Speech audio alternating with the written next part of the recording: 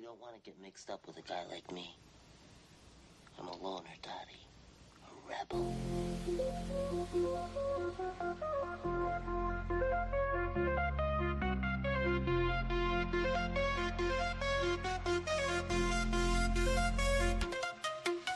Sunrise on the horizon. Sky is a little weird today. Things are getting a little weird. A little weird. With Skyjack Morgan. Bright and early new dawn. Every headline, every story. Break There's a your warning, some glory. yeah, that door is through and the Hey everybody, welcome to the show. Thank you so much for being here, you sexy mofos. I'm Jack Morgan. Let's do it, baby. Let's go. You can do this right up. Let's go. Hey, crazy Jackdaw, how are you? It's call-in show. Did you know that? Hey everybody, welcome to the show. It's probably a little echoey because I haven't been able to.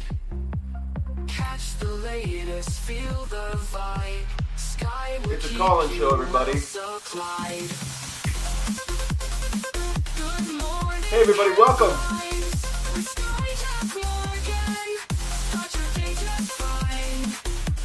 Information for you, darling. Alright, hello everybody. Welcome to the show. I hope you're having a beautiful day. Hopefully you can all hear me just fine. It's a little bit choppy on my end because, well, life is just life's a little choppy right now. Life's a little choppy.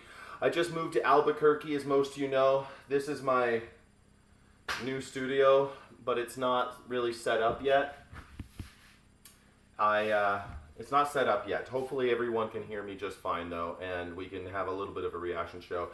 Smash the audio sucks, says Jer here. The audio sucks, says Jer here. I'm sorry, audio. We're trying trying hard to make sure. Let me see if I can get it to work. There we go. Does that work a little bit better? Hopefully that works a little bit better. How's the audio now? God damn it. It's a new dawn. How's the audio now? Happy you're on. I'm happy I'm on. Hopefully audio is it much better? Okay, good. Thank you. Except for me dropping it. Sometimes with the mic better. Great. Thank you. Hey everybody. Thanks so much for being here. Life has been a little bit topsy-turvy for me. I just traveled to another state. All my stuff got here yesterday, which meant that I was basically camping on the floor using a little Wi-Fi hotspot that I got from T-Mobile, which I'm hoping to do some in real life streaming soon with. I'm hoping I can bring it with my phone and stuff. I finally got the internet working at my house yesterday. It has been a journey, if you will. It's been a journey, and I hope that you're with me. Thank you, Smokin' Blondie. Yeah, it's been a wild ride, Paul Campbell. Have you ever been to Albuquerque? Woo! It's hot in Albuquerque. It's a dry heat, though. It's a dry heat, and I'm enjoying it. I walked to the coffee shop this morning because my coffee machine just arrived. I don't really have a coffee machine. I make it with a French press. Just arrived, but I don't have coffee beans at my house. I plug in my grinder, and the place that the grinder, the outlet, it don't work. I got to get the outlet repaired at my house. It's a whole thing. I can't believe it, man. But I moved, and now I live in Albuquerque. Thank you, Kieran. Thank you so much for being here. Thank you, Kieran. I appreciate that. It looks like we also have 2 jewels from Jen Batch. Thank you so much, guys. I really appreciate it. I missed you. I was going crazy not streaming, but it was I couldn't. Even on Sunday, Chip and I, we were going to do the Sunday show, but it was man, I can't trust the internet right now because the internet I had no cable coming into the house. So the dude came, put it into the house yesterday. It's been a wild ride, for sure. But here we are. I'll have my camera and audio set up today, so hopefully tomorrow it'll be more the morning style. I'll put my green screen back up so you won't have to just look at this. The screen, that is my screen that I would normally use when I'm doing the show. It's on the floor. It's supposed to be mounted on the wall right here, but it's a lot. There's a lot going on. Yeah, Starlink. Yeah, Starlink ain't great. Yeah, Chip had a good Sunday show. Chip did. Well, that's nice. He did it without me. Yeah, you missed the show, Kieran. I missed you. Is this how you spell Albuquerque? Yeah, that's it. You spelled it right. Albuquerque. Albuquerque. Keep it Kirkian. Yeah, Captain Quirky. But I've been exploring. I made a couple new friends. You know, I've been exploring the bars and cafes, and there's an art house cinema near me that I walk to every day. That's been really exciting. I've seen lots of good movies. I saw the Spider-Man movie at the Regal. That was pretty cool. Did you like it? I'm sure you liked it. Everybody likes the Spider-Man movie. It's going to make like $2 billion. It's ridiculous. It's good, you know. It's good. It's good. It's got Zendaya. You put Zendaya in anything these days, it's going to do okay. She's so earnest, you know. She's so earnest, and she could do the thing where like one tear comes out and stuff. So it's great. It's great. I hope you enjoyed it. The place looks great. How was the movie? I do love it, Melissa. It's been fun. I'm loving it. It's just a lot, right? It's a little overwhelming, but this is way more fun than packing up and like having to course through all of my mom's stuff and trying to figure out what to keep and what to throw away. Yesterday was a big day. I got a piece of patio furniture installed, or not, well, delivered, I mean. I got my washer machine. There was no clothes I didn't even have a clothes washer machine until yesterday. I have not done a load of laundry in the last week because I had no machine by which to do it. So that got installed. I got a used machine. That was pretty cool. I got it for cheap. It was rad.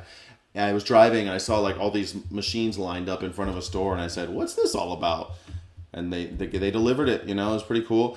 And then I got all my stuff delivered and the internet fixed yesterday. So it's been a lot. It's been a wild time.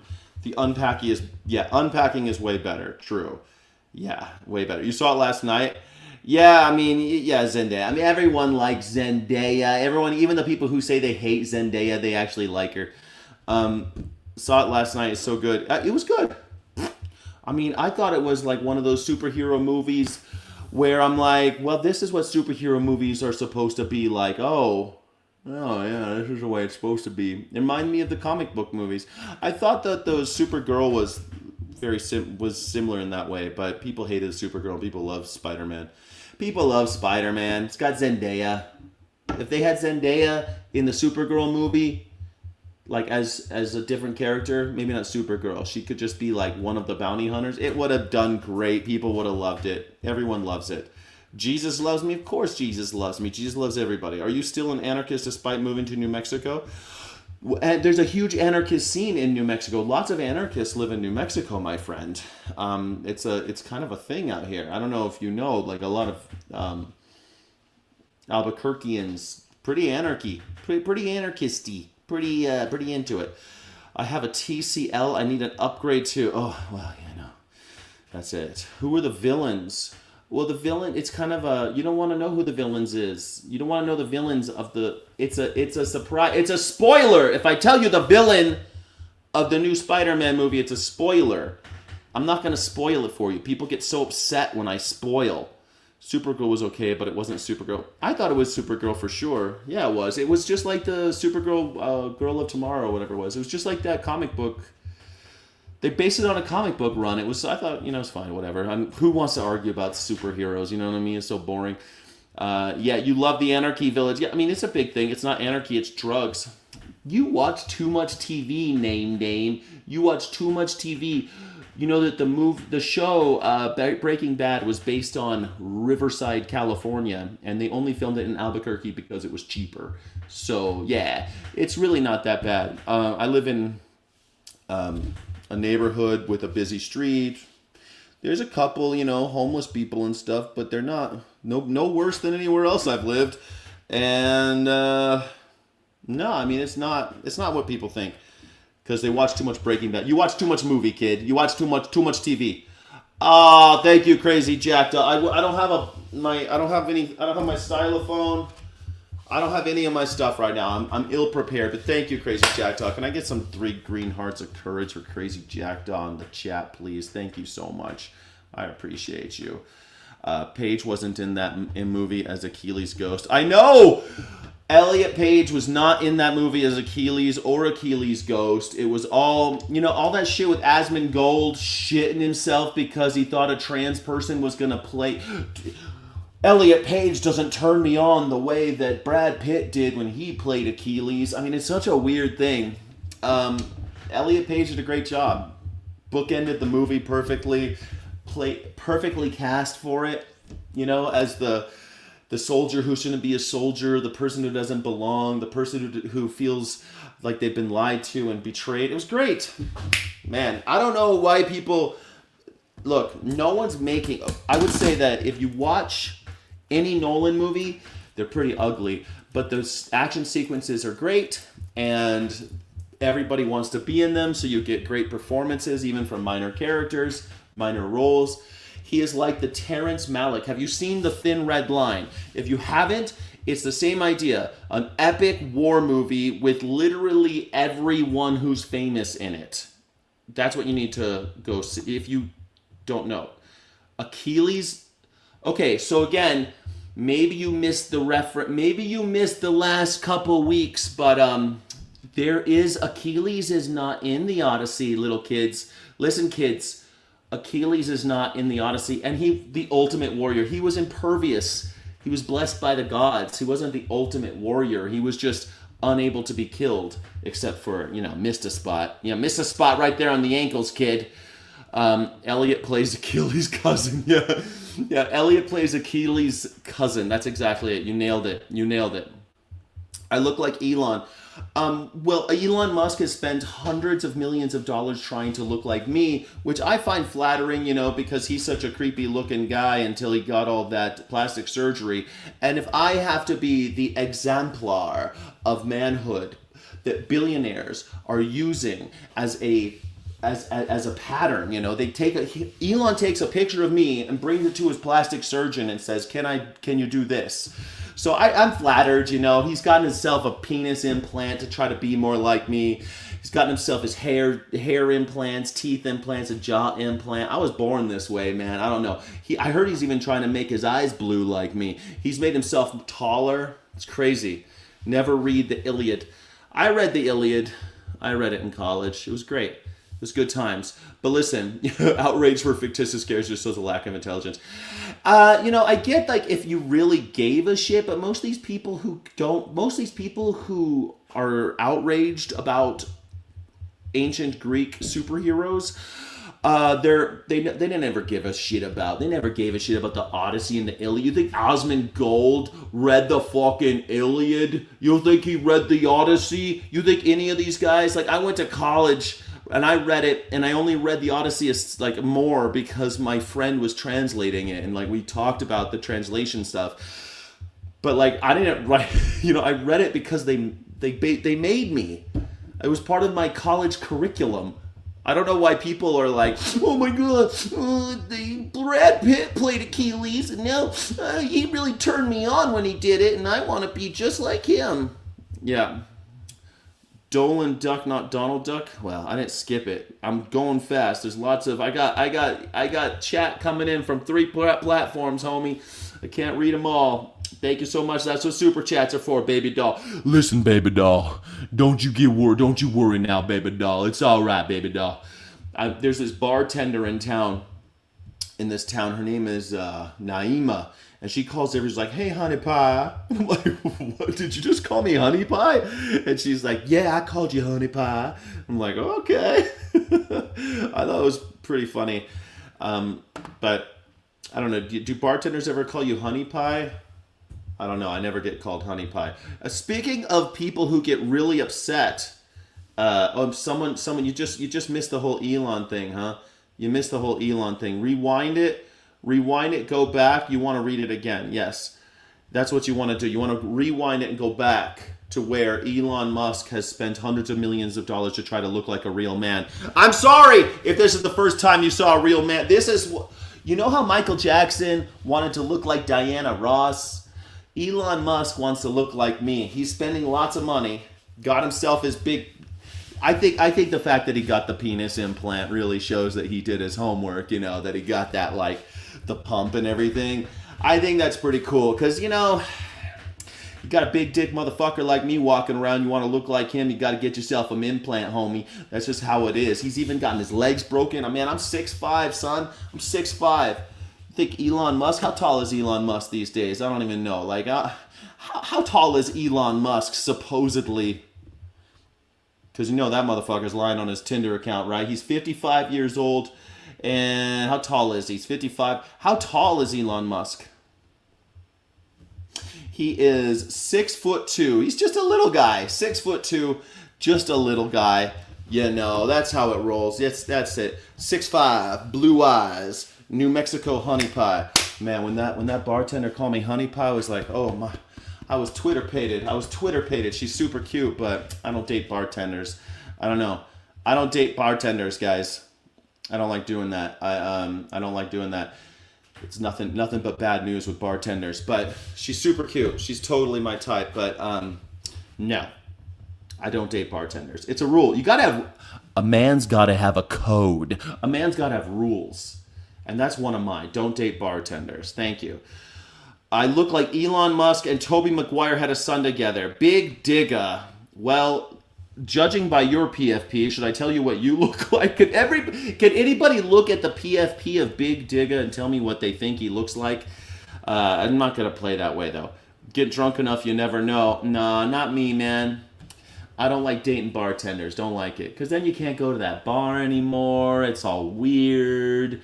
They start giving you the stink eye. You're not welcome when you walk in anymore. It's bad news.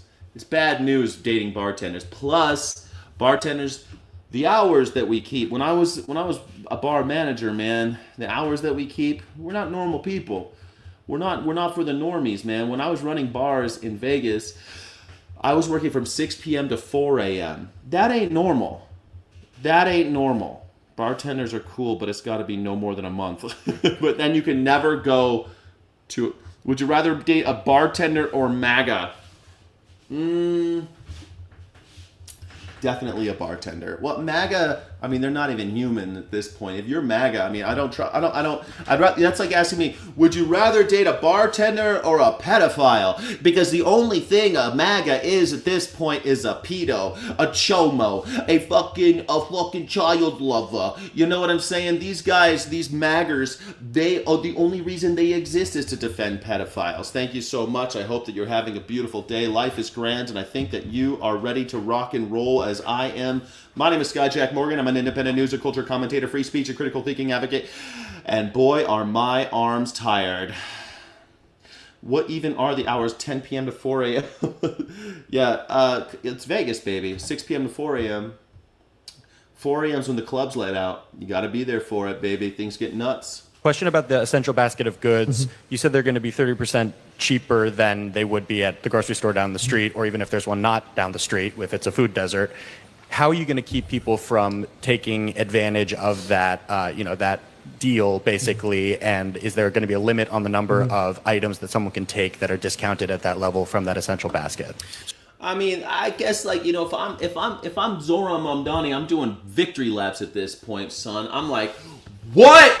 You said I couldn't do it. I mean, I stand corrected, everybody. I stand corrected. You know what I'm saying? I thought for sure that Zoran Mamdani was full of shit, that he was never going to get this grocery store shit done. Did you think he was going to get this done? The rich are hurting NYC. Then I fact check. You know what's funny about the rich leaving anywhere?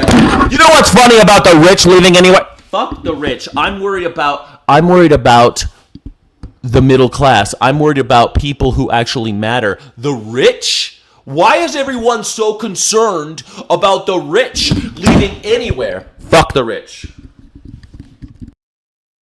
Fuck the rich. Am I still plugged in? Damn it, my fucking thing. I can't tell. You have this mic. Good. It seems like it's working. My mic has a problem, man. My mic won't stay where I need to do because I'm not set up. Listen, Why are you worried about the rich leaving anywhere?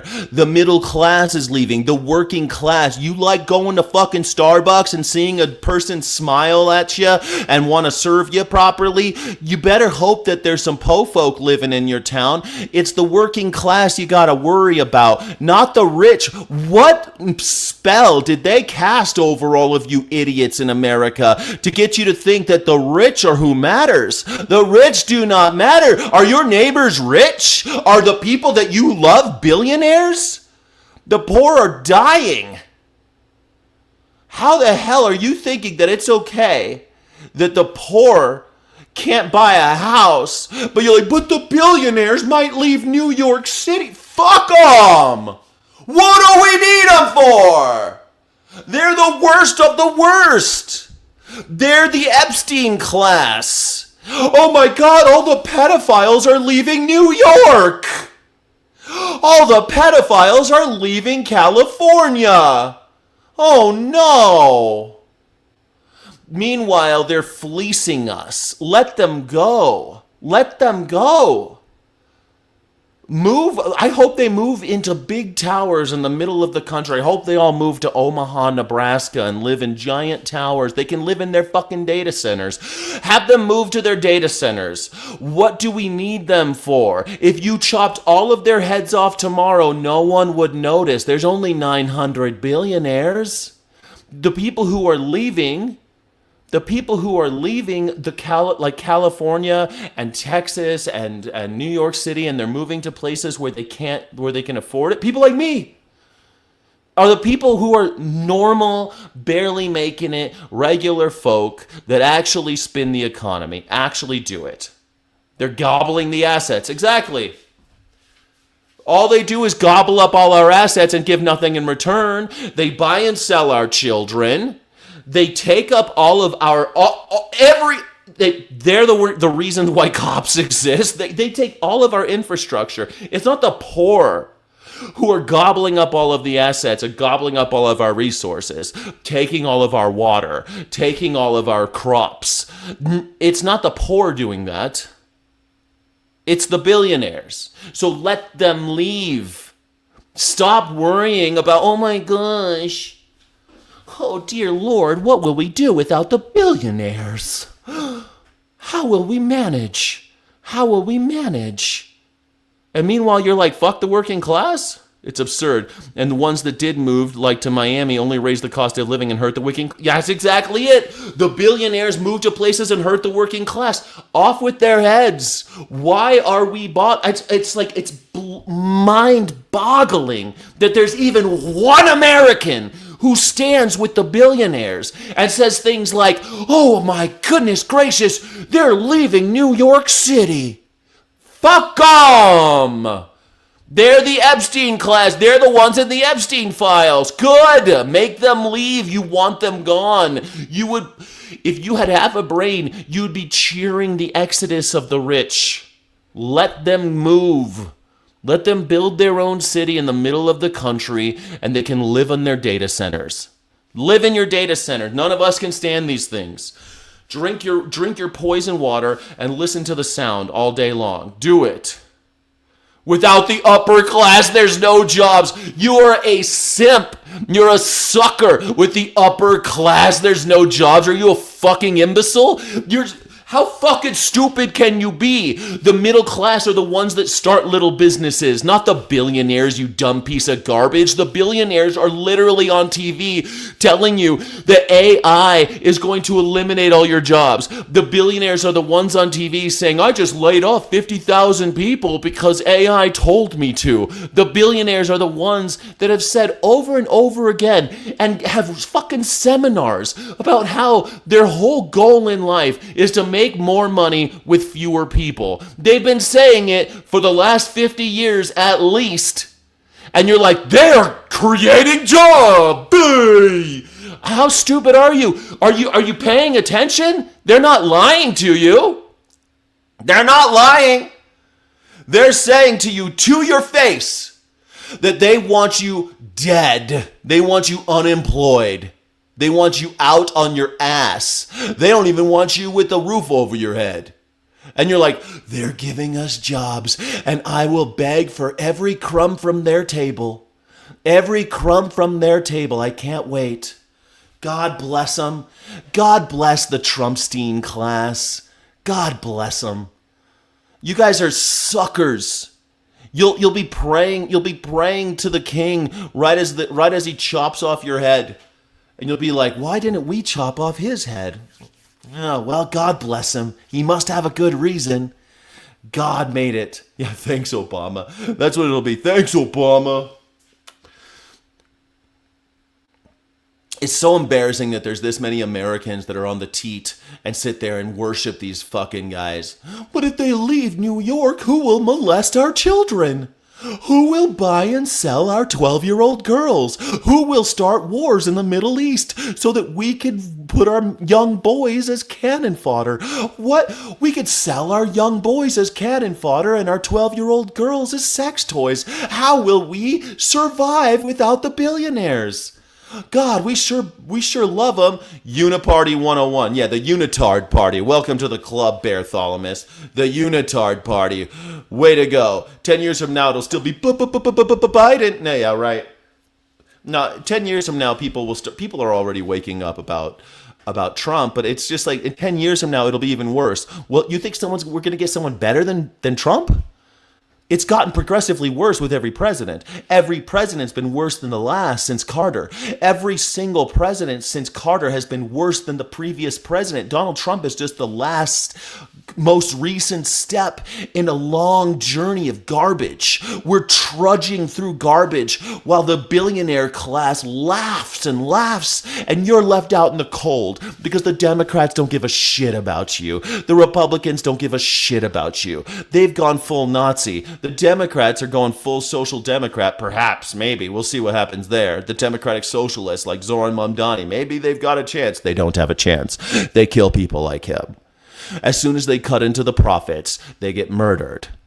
That's what happens to Democratic Socialists throughout history. Now they're calling themselves social, what do they call? No, Democratic Socialists. They used to be called Social Democrats. Now they're called Democratic Socialists because they think that's clever to keep them from getting their heads chopped off. But as soon as they start cutting into profits, the billionaires will kill them, and you'll all be like, but the billionaires, they know they're here for us. They're here for us. The billionaires, they love us. They're our favorites. Who cares that they killed all the Democratic Socialists? They had it coming. They were terrorists, after all. They were communists, after all, weren't they? I'm pretty sure they were communists. Were they communists? So our RFP makes very clear that this is a program for New Yorkers to be able to put food on the table, not a program for people to be able to make a quick buck through reselling. I'm going to pass it over to our EDC head, Jeannie Pack, to add some additional details. Yes, if you look at our RFP for the operator, we are looking to make sure that we target New Yorkers, whether it be at sort of a library card-esque thing, and also we manage who's buying, and that is focused on everyday New Yorkers. So we are mindful of that. And so we're going to make sure that we have all the things in place to ensure that that does not happen. And one more question for you. I know that you mentioned at a board meeting that La Marqueta was supposed to be potentially a draw for people from other neighborhoods to come and, visit that market, that the city-run grocery stores would be a novelty, or at least something that people were excited to go to from other neighborhoods. Do you see that being the model for all 5 markets across the city? This guy's opening 5 markets, bro. Like, I never thought that Mamdani was going to pull it off. I was like, no fucking way. No way. He's messing with some very powerful people right now. There's only a few families that control all of our groceries on planet Earth, not just in America. On Earth, there's only a few families on the planet that control all of our groceries. And this guy's like, yeah, let's take them on. Let's undercut them. Holy shit, this guy's playing with fire. And when he gets murdered in his sleep like Fred Hampton, you'll all be like, well, it must have not been the FBI. It must have been the FBI are the good guys though, right? But it wasn't the FBI though, right? Yeah. When Mamdani wakes up dead, I want you to remember why. Yeah, Mamdani is awesome, but the ruling class is out for blood. The ruling class, as soon as it cuts into their power or profit, it's over for him. But hey, I'm surprised he's doing it, man. I'm proud. I'm proud that there's somebody out there. Some Ugandan immigrant is doing more for America than this piece of shit president we got. This this dude from Uganda who's been a citizen for like, I don't know, 7 years or something. He's doing more than any of your representatives, any of the people that represent you in the Congress and the congressional, in the House of Representatives. Those guys aren't doing fuck all for you. They're serving their party. Zoran Mamdani's doing more for you, and he lives in New York City, and you don't. It's ridiculous. I mean, we came here today to East New York, and there wasn't an announcement of a new location here. Could you see that? Oh, yeah. He's hate-filled. He's a hate-filled Islamist. He's a hate-filled Islamist. Yeah, all right, man. Yeah, this guy super filled with hate. Yeah, that's everyone's vibe with him. It's funny because Donald Trump likes him. So, I don't know. I remember when you saw Donald Trump sucking off Ma'am Danny, and he was going, Call me a fascist. I'm the best. If you call me a fascist, I'm the most beautiful fascist. Call me a fascist. It's all right. It's okay. It's okay. It's okay. I'm a fascist. It's okay to call me a fascist because I'm a fascist and I love fascists, don't you, folks? We love fascists, don't we? Type of thing happening. Yeah, I think to enhance what the mayor had just said, we are looking for these NYC grocery stores to enhance neighborhoods so that businesses there, like the local bodegas and independent grocery stores and other small businesses in that neighborhood, are strengthened through this NYC grocery initiative. So yes, we're envisioning that as part of the NYC grocery initiative to strengthen neighborhoods. crazy, bro. It's happening. I can't believe it's happening. I can't believe it's happening. I'm truly astounded that Mamdani is pulling it off. I thought, no fucking way. He already did the child care for every New Yorker, free child care for New Yorkers. He froze the rent on any already subsidized, already rent stabilized apartments. He already froze the rent. He's working on fast and free buses. He got him to be faster. Now he's working on free. That's what he says. He's 50% of the way there on that. And he's doing the grocery store thing. I thought, no way. No way. These people talk a big game. But they're actually going to build grocery stores 50% off of a regular. You know what? I would love that shit, man. I went to the grocery store yesterday. It's just me, man. I just bought a few things. It was $70 fucking dollars, man. I'm getting raped. I didn't even buy anything fancy. It was like greens, a baguette, some bread, a little tofu. I didn't even buy much, man. $70, homie. God damn. I do it. I want to go to Zoran Mamdani's free lunch. I want a free lunch. I want a free lunch from Zoran Mamdani. Can I get a free lunch, Ma'am Danny? Give me a free lunch, Ma'am Danny. I want one of them free lunches. Can you give me one, Ma'am Danny? I sure would like it, buddy boy. We are finally having this conversation about, how our industry really did come from it and kind of is rooted in white supremacy, that tipping in itself. If we look at the history of tipping and how racist it is and how it has kept wages low for Black people for a very long time. And if you look at tipping now, how different the scales are in terms of who receives higher percentages of tips over other folks. This is really true. I was in the service industry my whole life, pretty much. And I remember during COVID, people, more than once, someone said, take off your mask because I think you're Black. Or take off your mask, I want to know what race you are. Before I tip you, is what they were saying. Before I tip you, I want to see what race you are. Take off your mask.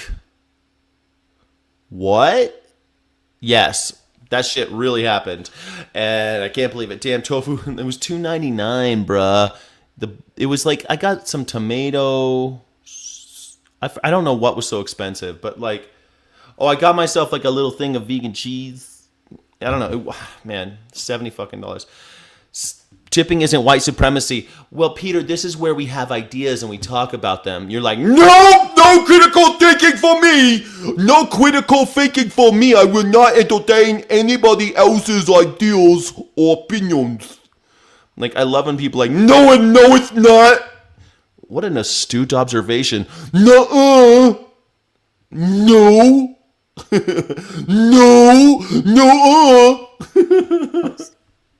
She's special. She's really special. Joining me now is the host. There you go. You see, there you go. There's Fox News. This is how Fox News is training morons like this idiot in the chat. No, he's not special. Yeah. Duh. Like that's the level of critical thinking you can expect from an American these days. That's about the level of that we can expect. Wonder why this country's in the shitter? It's because people like this moron, like, duh, no. No. Stars Rick Harrison. She's probably the all-star, Rick. This is the GOAT. She's the GOAT woke socialist who, let's not dismiss. Oh, the GOAT woke socialist. Oh man, you got two out of three naughty words, man. Those are triggers for maggers. Is a candidate for governor of Wisconsin. Which is absolutely insane. I mean, this person, I mean, I guess if you're really, really cheap, it's a good way of getting out of tips. I would leave a tip at the restaurant, but that'd make me racist, so I can't do it. Oh yeah, right. You think this guy don't tip?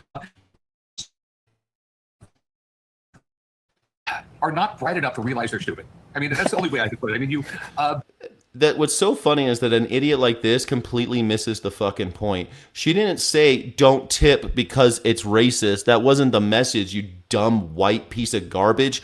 What is it with, you know why I got white? Well, you know why I'm embarrassed to be white is because of assholes like these fucks over on Fox News.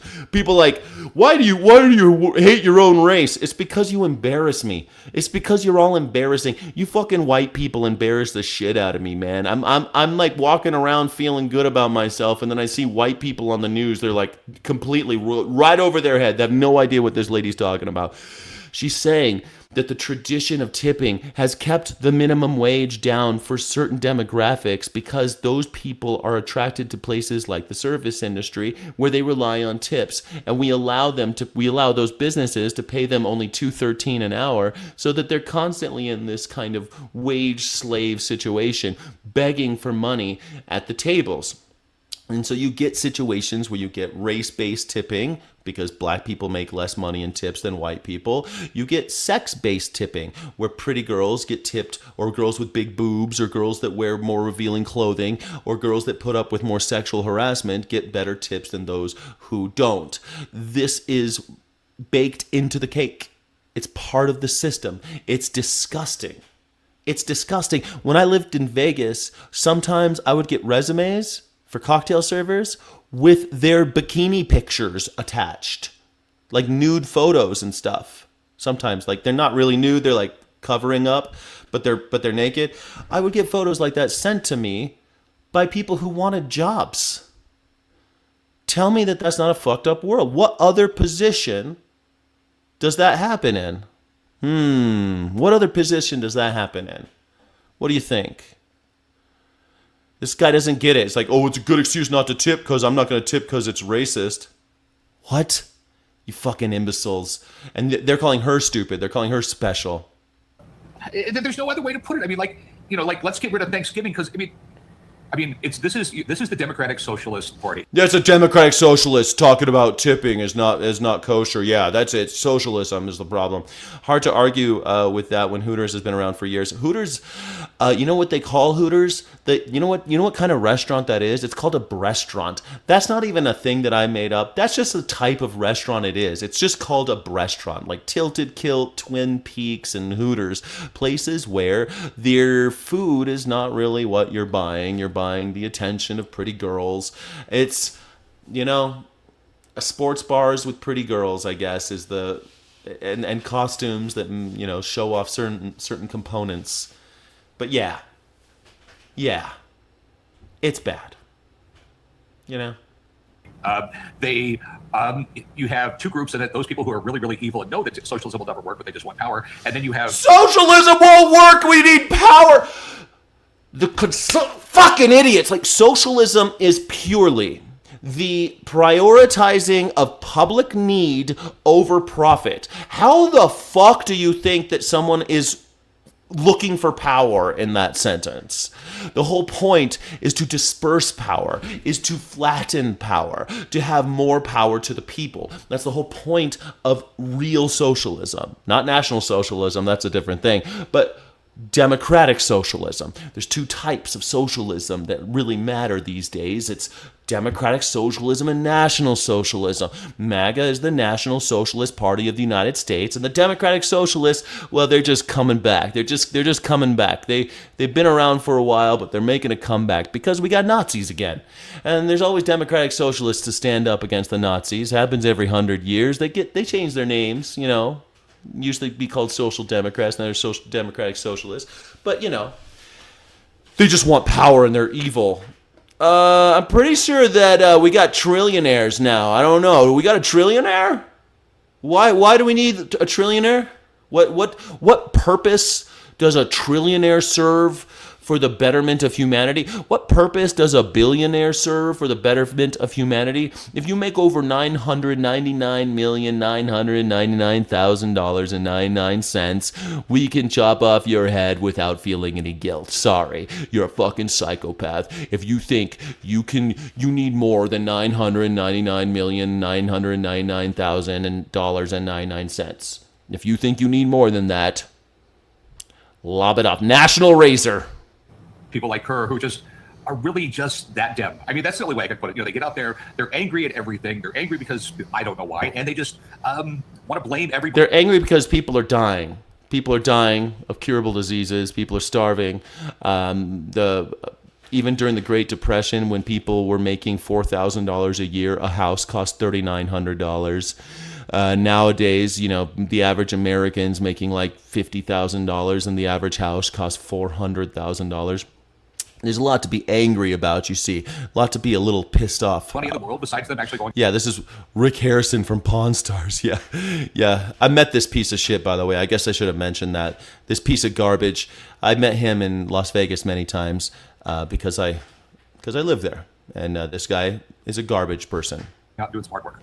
This guy's a garbage human, not a garbage person, like a guy that takes out your garbage, like a person made of garbage, like a person who has no value, a person that if he was blowing down the road and you picked him up and threw them into the trash bin, you would be doing the world a favor. That's what Rick Harrison is. Rick, I think you probably have some expertise in dealing with dim people trying to put one over on you. I think that's probably something that's right there in your wheelhouse. It feels a little bit probably like sitting at the pawn shop and trying to deal with somebody selling you some fake piece of antiquity. I mean, my dad was a military. I was a Navy brat growing up, and I was a really sick kid, and I had to deal with government health care my You're a sick grown up too. entire childhood. Okay, it's government it's like medicine ran by the DMV. Okay, government doesn't do anything well.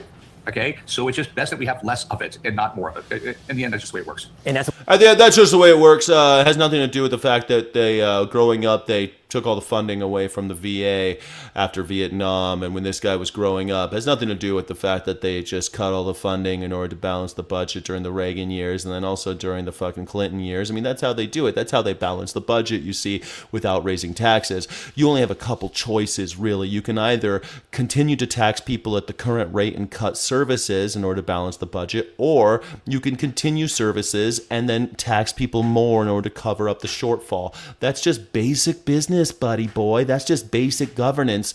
And what they chose to do was, well, soldiers, we don't really need them. After all, they're just cannon fodder for the billionaires. So fuck them, right? Who cares? We need to cut VA spending. This guy's like, government bad. No, dumb shit. Your billionaire friends got in bed with the politicians and they fucked over your dad. And by proxy, they fucked over you. That's how it works. Sorry, buddy. Rick Harrison. Fucking moron. A house for sale in Tiny Nun, Colorado, northeast of Fort Collins, has a property listing that's so bizarre, so disturbing, it's gone viral. Rick would outclass you. True Vision, I know Rick Harrison. I've met him several times. That guy couldn't outclass a skunk in a party full of possums. That guy can't outclass fucking that guy can't outclass a dunce cap. The guy can't outclass a baby. The guy's a piece of shit. The guy's worse than a piece of shit. He's the shit in the diaper of the baby that he can't outclass. He's a garbage person. Not a garbage person, but a human made of garbage. A person that belongs in the trash bin. The dust bin? Do you guys still call it dust bin in the UK? Anybody from the UK, do you guys still call them dust bins? Online. Buyers are told they can't see inside, can't go inside, but they can buy it, then take their chances with the current occupant. Our Spencer Soysher was curious, so he went to none and met a woman fighting to hold on to her small piece of Colorado. No interior photos. USA, I love this. Workers in USA have no rights. Labor laws in USA look like slavery, says Rank 2. Well, listen, Mr. Marx, everyone's a slave under capitalism. The entire bourgeoisie are prostitutes. There's nothing to save us. No one's looking out for us.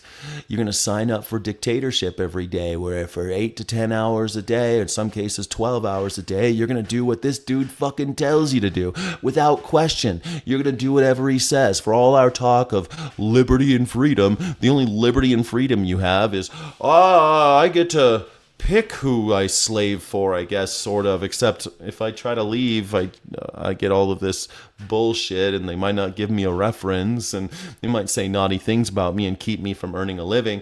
So, what freedom do I have again? Slavery is alive and well in America. We just got rid of one type of slavery, and everyone's like, well, we got rid of it. We got rid of that old slavery thing. Dude, you got rid of one fucking style of slavery and you're patting yourself on the back. God damn. Like, most morons in America don't even know the definition of slavery. They don't even know what slavery is. They got rid of race-based chattel slavery and they're like, yeah, we fixed it. Let's go back to being slaves. Now we can all be slaves. Rad. So cool. Sold sight unseen. No inspection allowed. Do not disturb the occupants. The ad is unreal, right? Who would buy a home, sight unseen, with an occupant still in it? Tori McMeechan is the occupant, mentioned in a bizarre and startling Zillow listing for a home in Nunn, Colorado, which tells people if you buy it, it's your job to get them out. Would someone be able to get you out? It's going to be pretty difficult. I'm not leaving willingly. Tori's husband died in a car crash amidst a nasty political dispute in town. People in Nunn know that story. People online just know the listing. This is the last thing that my husband bought for me before he passed. What? Her husband got in a car accident, bought her a house, and died. And Zillow's selling it with her in it? This is where I raised my children. This property has been part of foreclosure cases for more than 15 years. The bank that has been unwilling to work with me as a I don't know why people are so mad. Why are people so into socialism these days? You mean they're kicking people out of their houses? It's not like you need a place to live, right? I mean, it's not like that's a necessity of human life, a roof over your head. Let's just kick them out. Let's kick her out. Yeah. Why? Profit. Is it to give like some homeless kids a house or something? Is that why you're doing it? No, we just want the money. We just want the money. So we're gonna sell the house and tell people to go kill this lady so that we can sell the house. That's what we're doing now. That's what we're doing now on Zillow. Way to go, Zillow. Wow. I thought Zillow was like the liberal one. I thought they were super liberal. Driving spouse. Tori says her husband's name was on the loan agreement and claims the bank wouldn't speak to her or accept her payment because of it. So she hasn't paid. That's true. That happens, man. That happens. When my mom died, I had to make payments in her name, and every time I called them, they're like, "No, we don't know you." And I'm like, "Man, I have all the documents. What the fuck?" And they're like, "Well, this and that, blah blah blah." And I'm going, "You sons of bitches are so evil. Mortgage companies are so evil. It was a nightmare." And this poor lady, her husband's dead, and since the loan was in his name, they're not dealing with her. Fuck, man, it's so messed up. That's so messed up. Paid rent since. We took out the actual loan on this house in 06. In 15 years, 2021, this home would have been paid off. Tori's been successfully able to appeal over and over again in court until she recently lost a court of appeals decision, and the listing went up. I don't know what else you do. I've had 3 attorneys that could not even get this straightened out. So what do you do? Her last hope, she says, to be evicted, relying on a 2024 change to state law that guarantees evicted tenants a right to a jury trial. We put a lot of work into this property. She's still got pride in where she calls home. And with the listing up, she jokes, she's not a half-bad roommate. I'm staying. They can come on in, but I'm not leaving. Jesus, I hope she has a gun. I hope she's got an arsenal. I hope she's got a damn arsenal. It is weird, though. It's weird that they won't accept money when people die. It's very difficult. And I remember when that happened to me, I had to go into my mom's bank account because I had her password. And I had to make the payments through her bank. And then finally, I just started sending paper checks from my bank. And that worked for a little while. But then something weird happened, they raised the they raised the insurance payment or something, and I didn't know. And because I was just sending paper checks on repeat, right? And then they sent me like, we're foreclosing on your property if you don't pay us for this insurance back pay. I'm like, what the fuck? So I paid it, but it's like, it's really scary. They're always like, the second, because they're not playing ball. And so the second you miss a payment or something, we're going to foreclose. It's scary, dude. This poor lady. Now she's listed on Zillow. Man, I hope she's got lots of guns. And I think Colorado is a stand your ground state. Let me see. Is Colorado a stand your ground state? A no duty to with. Is Colorado a stand your ground state? Let me see. Colorado does not have a statutory stand your ground law, but the state recognizes through court decisions and jury instructions that individuals have no duty to retreat before using reasonable self-defense anywhere they are legally allowed to be. Ooh, I wonder, is she legally allowed to be in her own house? Man, I wouldn't retreat. I hope this lady stands out. I hope she never gives up. I hope she's like Clive and Bundy. Never, don't get on a plane, lady. They'll kill you. Don't get on a plane, lady. Don't leave Colorado. She can't even leave her house anymore. She probably can't even go to work. They'll come and just take her house from her. Damn, that sucks, bro. That sucks to be her. I feel sorry for her. Also tonight, Missouri voters giving a resounding no to two big questions on the ballot, both with long-term implications on the power of state lawmakers in Jefferson City. Amendment 4 failed. Well, squatters' rights only work. Well, in Colorado, they might not have squatters' rights. It depends on what state you're in. But also, you'd have to be, if she's not paying the taxes on it, because that's the thing. The government might not fuck with her as long as she's making the tax payment, because she's still, like, when the tax payment came, that happened to me again with my mom's house. My mom's dead. The mortgage company won't talk to me. And I'm like, okay, I get this letter about the tax. And so I just paid it, and it sucked. It was so much money. And then I found out that I was already paying it through the mortgage. The mortgage company was also paying the tax, so I paid twice on the tax that year. I was so pissed off. Man. But it's better to double pay the tax and then make that money back later than not pay the tax, because they will come for you. You don't own property in America. The government owns it. The state owns everything. You rent it from them in the form of taxes. So hope you pay those taxes, homie. Squatters. I have friends in low places that will accompany them and drive them out. Oh man. Yeah. It is kind of sad though if you think about it. Like this poor lady, funny chatter's screaming for attention. Good luck with that. I mean, if they're a channel member, I'll notice. Chatter's like, I see Leif Erickson's name is green. Leif, thank you so much for being here. I appreciate you. My name is Skyjack Morgan. I'm an independent news and culture commentator, free speech and critical thinking advocate, and boy, are my arms tired.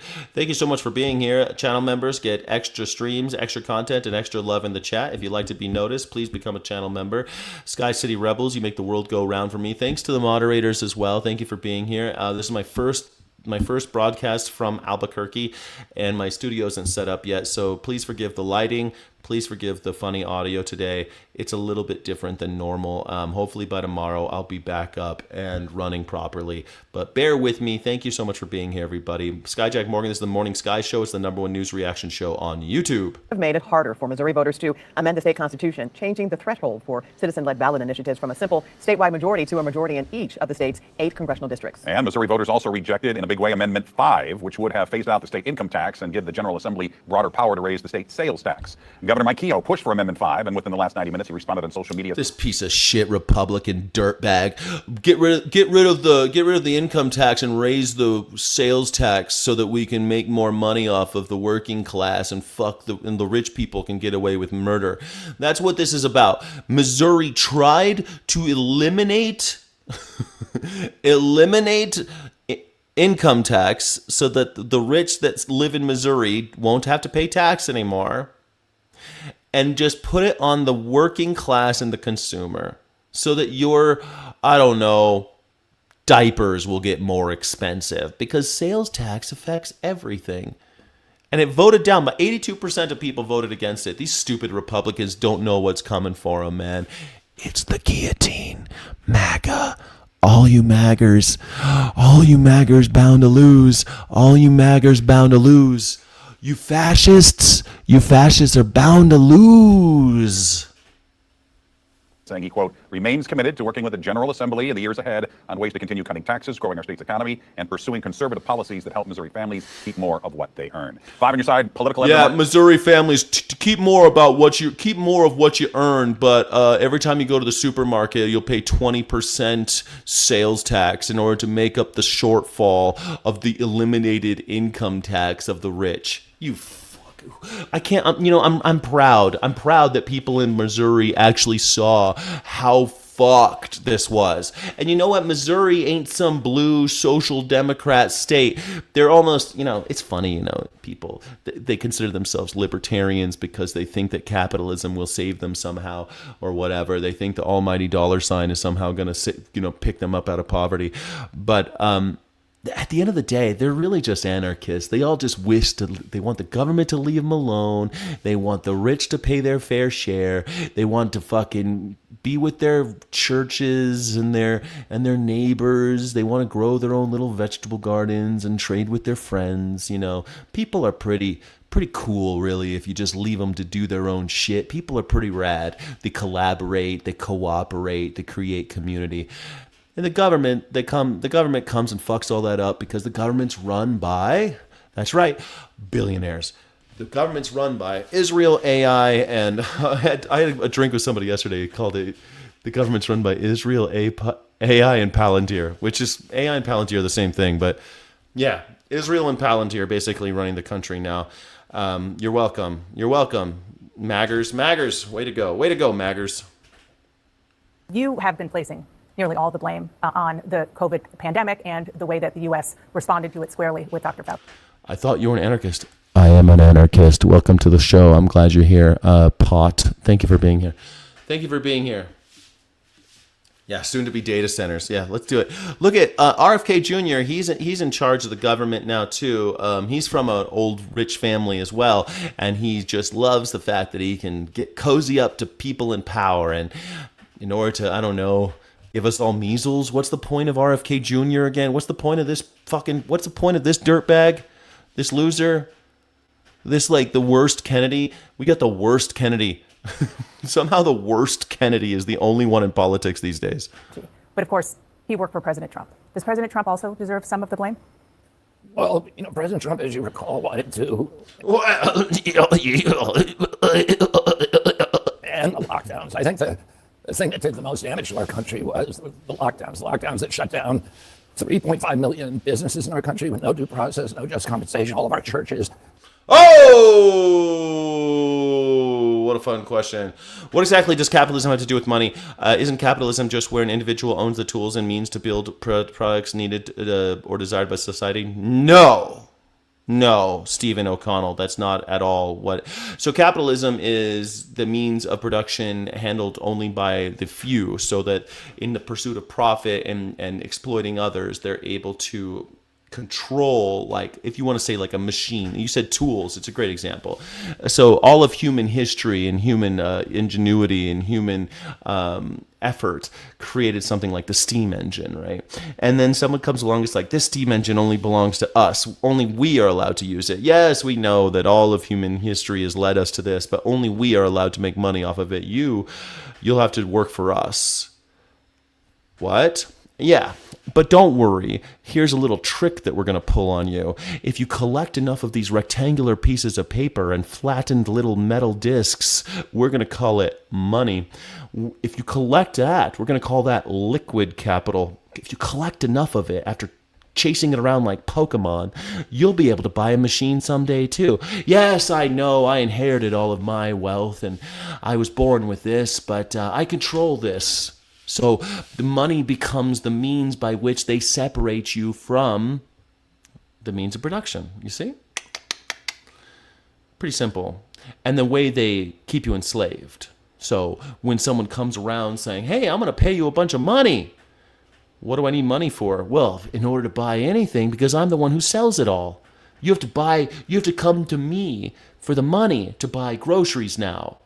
Oh, yeah, so you're going to have to get in the factory for 10 hours a day and work for me. And your kids will work for me as well.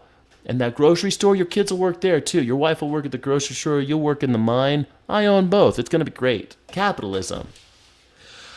It's wonderful. There you go, Stephen. Read The Wealth of Nations if you want to know. Adam Smith wrote it. It's a fun little book. You can also read The Communist Manifesto. It only takes you 45 minutes and it's free to read. Read it. Unending growth required for capitalism, possible to maintain. The main reasons why it's impossible to maintain is because of the tragedy baked into the cake of capitalism, which requires the capitalist to pay the person as little as possible, but to charge as much as possible for the goods and services that they're providing. So as you charge more and more and you're paying people less and less, the gap between rich and poor gets wider and wider. So what you end up with is two columns, those who have inherited wealth and power and those who are worthless to the system. And so every 100 years or so, we got to have a bloodbath. We got to somehow shake out that tension, because over and over again, the age-old tension of humanity is the difference between the people who think that they can inherit wealth and power based on where they were born or who they were born to, and those who say the public is all of us, and shouldn't this benefit everybody? It's the age-old tension between those who have power and those who get fucked by the powerful. Well, and those who just, suck up to it. Because there's a lot of people who just invest in the hierarchy because, like, a poor white man feels better than a poor black man. So they just go, well, I don't want to be treated like a poor black man, so I'll worship the rich because I don't want them treating me like a poor black man. So they invest in the hierarchy, you see. And therefore, we never have solidarity amongst the class, the middle class or the lower class. If we all got together, after all, there's billions of us. There's only 900 billionaires living in America. There's 360 million Americans, almost 400 million Americans. And there's only 900 billionaires? Man, I think this is a math problem we can solve. I think we could solve this. I think we could do this. My gas mask and extra cartridges are showing up this week. Hell yeah, nice. I need to get myself, I only have like N95s, but I want to get like I want to get that. Plus, I'm in the market for a new carbine tactical rifle. I'm pretty excited. The politics of jealousy and rage. Yes, jealousy. That's what it is. Jealousy and rage. Rage, yes. Jealousy, no. No, I'm not jealousy of people who surround themselves in garbage. Have you ever seen the Melania movie? It's a fucking masterpiece. You should watch the Melania movie and pay special attention to every room they're in and how hideous it all is. I mean, these are the types of people in the movie. They're talking about how they're going to serve a chicken's egg that's plated in gold, hollowed out at the yolk and filled with caviar. Does that sound tasty to you to eat with a spoon? Fucking disgusting. But because of its opulence, because of the symbolism of a golden egg filled with fish eggs, a golden chicken's egg filled with fish eggs, who wants to eat that? They didn't show anybody eating it, but they showed the egg. No, I'm not jealous of people like that. No, because it's fucking disgusting. They have no taste. They don't listen to music. They don't appreciate art. They can't even decorate their own homes. They just deck it out in gold. Remember when they went into Saddam Hussein's house? They found the golden toothbrush and the golden toilet and the golden AK-47. It's the same shit as Donald Trump. These people who worship power, they're horrible, horrible humans. I'm not jealous of them for a second. Their life is ugly and disgusting and murderous. It's horrid. Donald Trump rapes children and throws babies overboard of boats in Lake Michigan. No, I'm not jealous of that, pal. Not at all. But I am enraged. So you're 50% of the right way. 50% right. Closed our schools, and our children are still paying the price for that. And yet we had the worst outcome of any country in the world. How so? We have the highest death rate from COVID of any nation on earth. Well, let me just say, because I've heard you say that before on the death rate from COVID. It's not accurate because public health experts say that there is a combination of factors that went into that: higher rates of chronic illnesses, which I know you agree with, gaps to our healthcare system, and misinformation about vaccines. You just said what I said was inaccurate. What I said was... Yeah, it's inaccurate because we have a lot more fucking morbidly obese people here. They died of COVID more easily. We have no access to healthcare for most of Americans. They died because of that. COVID deaths here were really bad because we also had a bunch of idiots saying, try ivermectin or whatever the fuck, coming up with random shit saying that demon semen is what's going to be the one that's going to cure the cancer of COVID. I mean, they said crazy shit. Does anybody remember COVID? Well, you guys were all watching Tiger King, I guess. I don't know what the fuck you were doing. None of you guys remember COVID? Accurate. We had the highest. Donald Trump was president at this time. He was president, and they're trying to blame Fauci. Death rate from COVID. Well, there are other countries that had higher, but you can go ahead. argue about why we had that, but nobody can tell you. I mean, we have, as you say, we have the highest chronic disease burden in the world. But Anthony Fauci was mismanaging the COVID pandemic. Anthony Fauci he was the problem. It was all Anthony Fauci. Under the Biden administration, President Trump wanted to end the lockdowns. What the fuck you? President Trump was president during the lockdowns. Joe Biden was president in 2021. This whole idea, all this bullshit about COVID, Donald Trump was president in COVID. The reason why so many people died is because he mishandled it. He was a shitty president.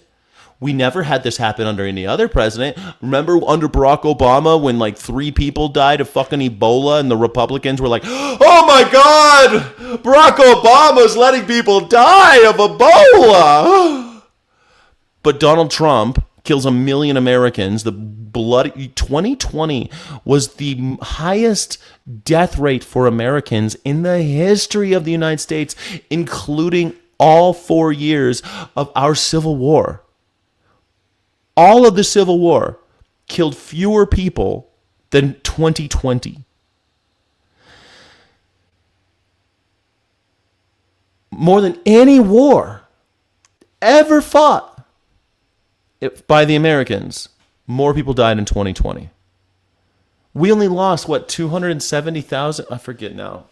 We only lost under 300,000 people in World War II. More people died in 2020 because of Donald Trump. Donald Trump was president in 2020. He tripped, he fumbled, he fucked it up, and people died. And then when we voted him out, he tried to stay. And he fucking did the January 6th bullshit. And then all of you pedophiles were like, let's try it again. Let's elect him again. Because we just hate, I don't know, women, I guess. Like, I'm not a Kamala Harris fan, but god damn. Jesus. There's a fucking lizard in my garden right now. I think this lizard's got a better sense of governance than Donald Trump. Jesus. God damn. Now Trump is killing people in wars. Oh, wait, he's the peace president, though. Wasn't he the guy that wasn't going to start a war in Iran? Wasn't that what he was? He was the guy that wasn't going to start a war, though. What happened? And in fact, in Anthony Fauci's diaries, he talks about how President Trump is calling him every day, trying to get him to reopen the country. Yeah, well, the lockdowns were done by governors. I mean, certainly Anthony Fauci and the president had opinions, but the lockdowns were done by governors, and largely because he was trying to end it all. He was the president. He fucked it up. What are you talking about? He tried. He was trying, and then he couldn't do it because he was a puppet of Israel, and so he couldn't actually govern when America needed some kind of leadership. He couldn't be a leader because he was too busy covering up the Stormy Daniel case and worrying about his best friend Jeffrey Epstein. And largely because they were hearing from hospitals saying that their ICUs were overrun and they needed some help while that was happening. Well, that's not true. That's just not true. What you're saying is not true. No, they were doing it because Anthony Fauci was telling them from the top, you need to lock down. There were ICUs that were empty all over the country. ICUs were empty all over the country. And that was Yeah, except not where we fucking needed them, you dumb piece of shit. There were ICUs empty all over the country. Yeah, in fucking Oklahoma. Yeah, in Oklahoma, they had empty ICUs because nobody fucking lives there. In New York City, they had refrigerated trucks filled with dead bodies.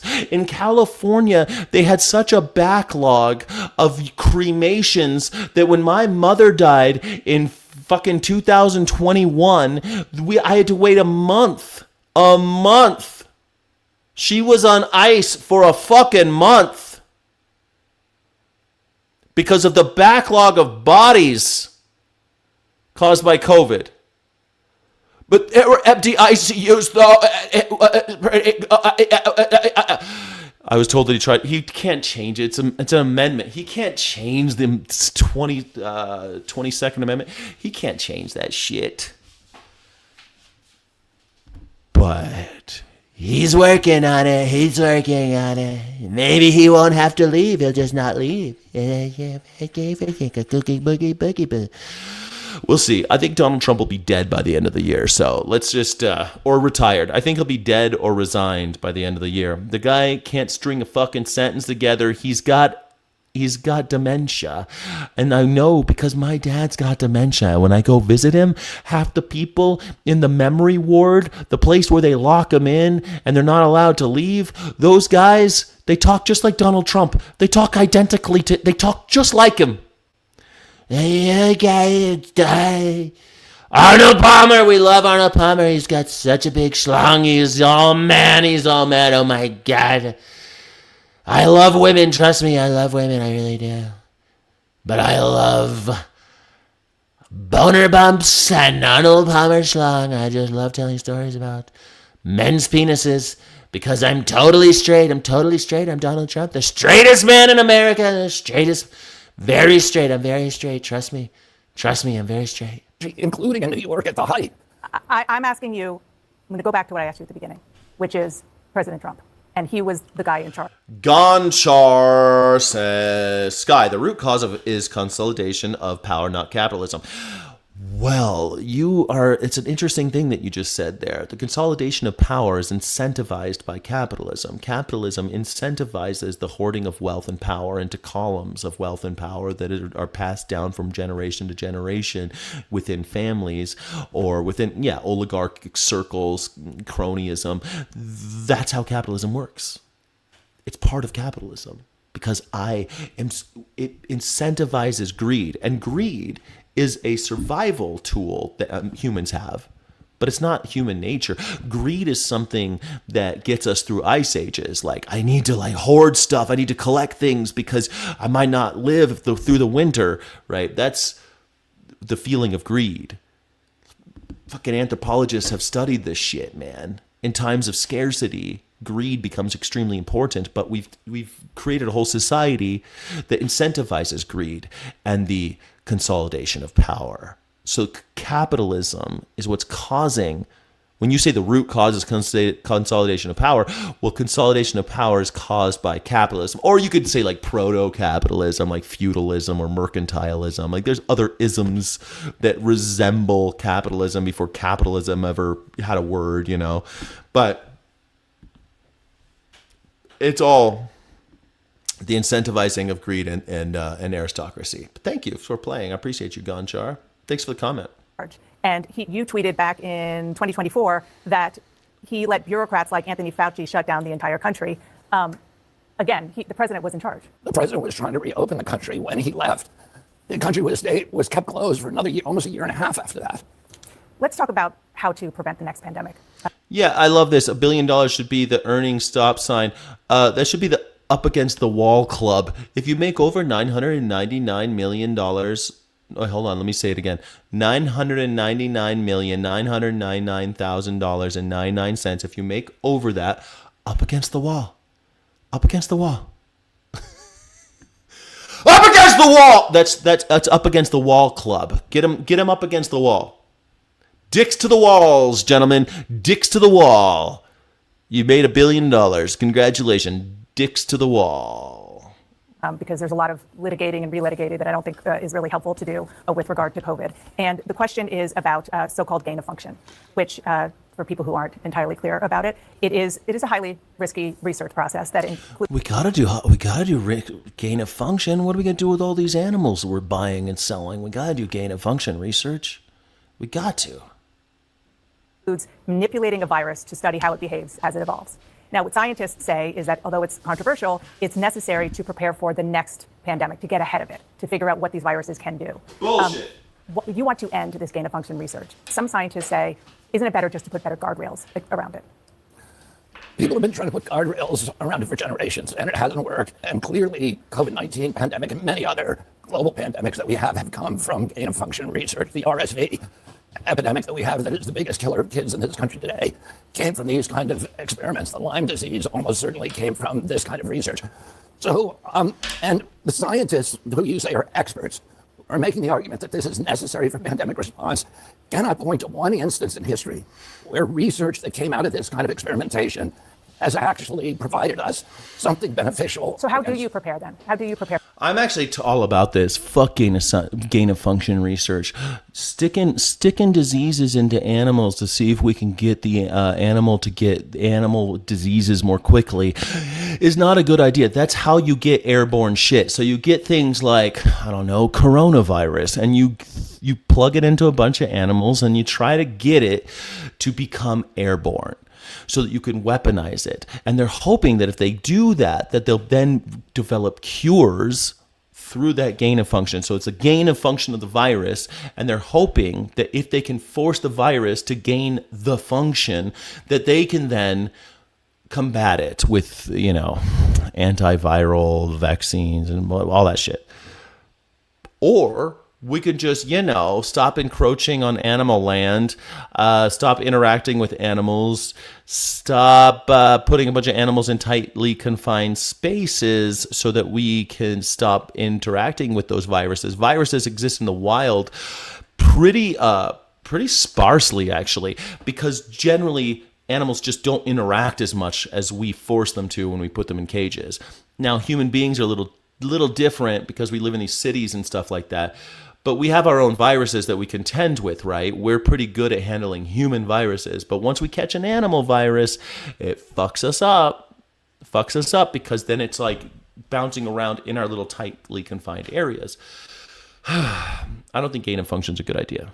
For the next pandemic. I mean, that's literally part of your job now, because experts think it's going to happen within the next 10 years again. Yeah, I think we did virtually everything wrong the last time. So what about now? The principal thing that we need to do is we need to listen to what's happening to doctors on the ground. There are 15 million frontline physicians around the world. Let's listen to doctors. They've never steered us wrong. Welcome back, Jack. Thank you so much. Kathy Skywalker is here. Thank you so much, Kathy Skywalker. Appreciate you. Sky City Rebel, Kathy Skywalker. They're mainly now connected through the internet. We can tell on the front lines what's working and what's not. If we had listened to those doctors.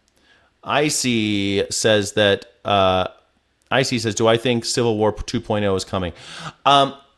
Icy, I hope you're still here. Sorry I missed the chat.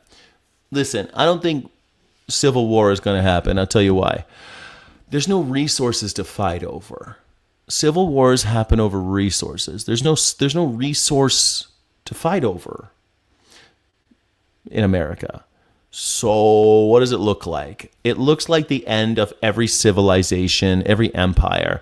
The American empire is coming to about 500 years old, and usually in that last 100 years, it starts to slip. It starts to go down.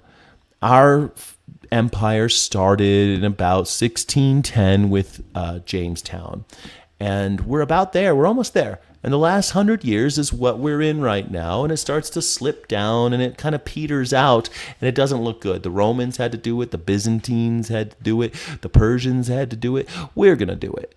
The Coachella tribe, they had a huge empire. The Mayans, all these guys. They always have these huge empires. They get really big, they get real top heavy, and then they can't sustain themselves, and they fall apart, and they start looking like Swiss cheese, and they all split up, and it looks like little anarchy for a little while. And then human beings, they start making institutions again, and then they build up another form of nation state, or another empire emerges. But in the meantime, mutual aid will be the rule of the day, and you'll start meeting your neighbors. You'll start growing your own vegetables. The government will cut areas loose that they can't sustain anymore. America will look smaller and smaller. Different states that don't matter to them anymore will just be cut loose, kind of like parts of Detroit, how the city doesn't police it anymore or administer anything anymore. And that's what it'll look like. You don't need a civil war. There'll be skirmishes. There'll be a couple fights, but it won't be like the government versus some kind of confederacy. That's not going to happen. No, I don't think that that's ever going to happen. Not in my lifetime. I don't think that's what happens when societies start to crumble. When empires crumble, they don't have a war like that. Yeah. You're not falling for that Civil War movie from 2023. No, I mean, that was a joke movie, right? I mean, the movie is a joke about what would happen if California seceded, or the Western states seceded because Donald Trump tried to serve a third term. I just don't ever see that happening. The Republicans and Democrats are not that different. Donald Trump is just another puppet of the oligarchs. He's one himself. He's not going to live much longer, and they'll put somebody else probably worse than him in the next round. It's not going to get better. It doesn't get better. There might be, we might get lucky. We might get lucky and have a decent president next time, but probably not. Who do you think is going to be the next decent president or the next biggest disappointment? Even if, like people talk about AOC, you think AOC is going to save you? Is that what you think? AOC is going to save you? AOC is not going to save you. No. Not at all. During the COVID pandemic, we would have saved potentially millions of lives. There were therapeutics out there that were working. There were doctors that were having no deaths from COVID and treating, in some cases, thousands of patients. And we weren't listening to them. Instead, we were doing the opposite. We were shutting them down. And then, Dana, the other thing that I would say is that we need to protect our constitutional rights. That is the primary obligation of our country. Mean? Well, during COVID, we completely dismantled our constitutional rights. We began censoring people and violating. Okay, but I'm not, you're saying what not to do. I'm asking what to do. But I want to talk about. That's something to do. He's like, she's actually, it's your fucking job to make sure this doesn't happen again. What are you doing about it? No, they dismantled the Constitution. They dismantled the Constitution every day. The Constitution doesn't matter. No one gives a shit. You have no freedom of speech in this country. Unless you're saying something positive about the government, then you've got freedom of speech. You say something critical of our government, they'll put you in jail and eventually kill you if you keep doing it. Martin Luther King Jr. was imprisoned 30 times before they finally killed him. They tried to get him to kill himself. They ran psyops on him, COINTELPRO. Like, this is something that is well documented. The FBI murdered Martin Luther King Jr. for talking. And you want to tell me we got freedom of speech? They dismantled our Constitution. Yeah, they did. No fucking shit, bro. Where you been, JFK? I mean, RFK? The truth is the guy has no fucking plan about what's he going to do. Fox News alert, major cover-up inside of the DNC. Leaks everywhere. Remember the autopsy report? They audited why they lost? Well, a chapter went missing about Biden, money, and the consultant class. More on that in a second. The autopsy's author says he personally handed the chapter in a 3-ring binder to the chairman of the DNC, Ken Martin, and said it was never seen again until now. Well, Ken Martin denies he's in on the cover-up, but it should be easy to figure out, right? Pull the emails, right? Wrong. All the emails wiped clean. They pulled a crooked. Deleted for security purposes. The autopsy's author says he knows why they nuked the chapter. That chapter was basically the cause of death, why the Democrats lost. And this is what they were trying to hide. Quote, this is why they lost. Are we seriously still talking about why the Democrats lost? Why play this loser? Because this guy, I hate to tell you, this is the voice of a generation. People love Jesse Waters. If you're not watching Jesse Waters, then you have no idea what MAGA's talking about. He and Gutfeld are MAGA. They're the left and right punches of the MAGA universe. They're deep into the MAGAverse. So that's why.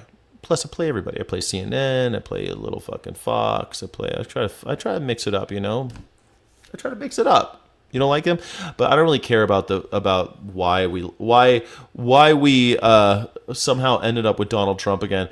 Well, the Democrats suck. Shit. Yeah, sorry, just the cult. Yeah, the voice of a generation. Just a joke, voice of a generation. It's just joking, okay? But he is the vote of, yeah, everyone hates him. Everybody hates Jesse Waters. I know everybody hates him, but we got to pay attention. Not everybody hates him. He's still hugely successful. There are too many people who have become generationally wealthy off politics and drive too much of the decision-making within the ecosystem. Are you talking about RFK Jr.? The people in the room at the highest levels of 24 decision-making misunderstood the mood and practicalities facing everyday America. The secret chapter also says the Democrats... Yeah, do you remember when Donald Trump said he was going to lower our grocery prices by 30% in the first 12 months? The gas prices were going to go down 50% within the first 12 months. Do you remember that? When he said both wars would be over in the first day of his, not before his inauguration, after the day after the election, that he would end both wars. People are still getting killed in Gaza. That Ukrainian thing still going on. Funny. Gas prices are up about 60%. Wait a second. Grocery prices are up too. What the heck? Did Donald Trump lie to us? Did Donald Trump lie? What in the heck? Oh my googly moogly. How did we do that? How did we allow this to happen? Maybe the Democrats should have lied more. I wish they had. Fucking Democrats. Fucking Democrats.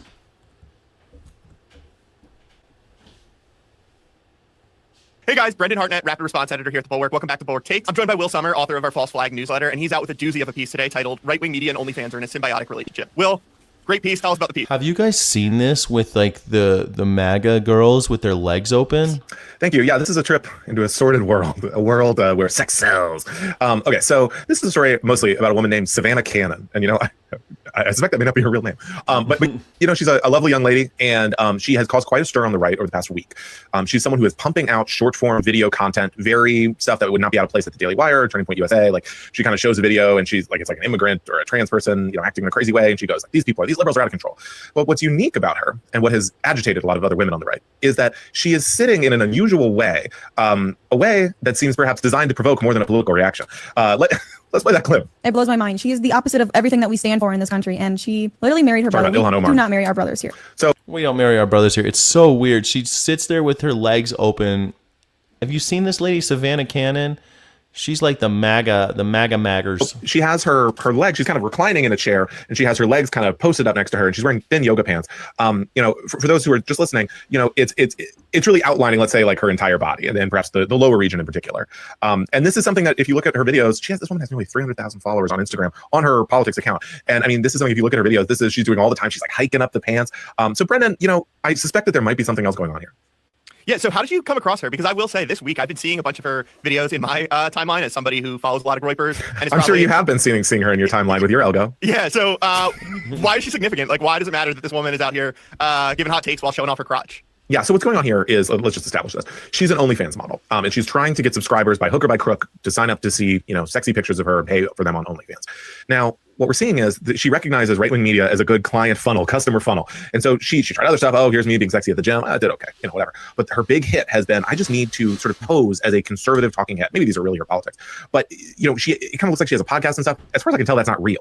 It's basically like, it has the trappings of a conservative media woman. But instead, it's just like, by the way, once you kind of dig enough into my link tree, you're going to find my OnlyFans. And the reason this is relevant is because this came across my feed when Lauren... This is brilliant. All these grifters who love to rip off maggers. I love this. Like, it's so easy. Have you heard about all these people that they sell the magger t-shirts? These people are just such easy marks. Who's sort of a far right. When she was actually a Delaware Senate candidate. She was a Republican nominee in Delaware a few years back. She's kind of affiliated with like Milo Yiannopoulos, so she's like kind of coming from that world. She's like, I guess it's like kind of Nick Fuentes adjacent.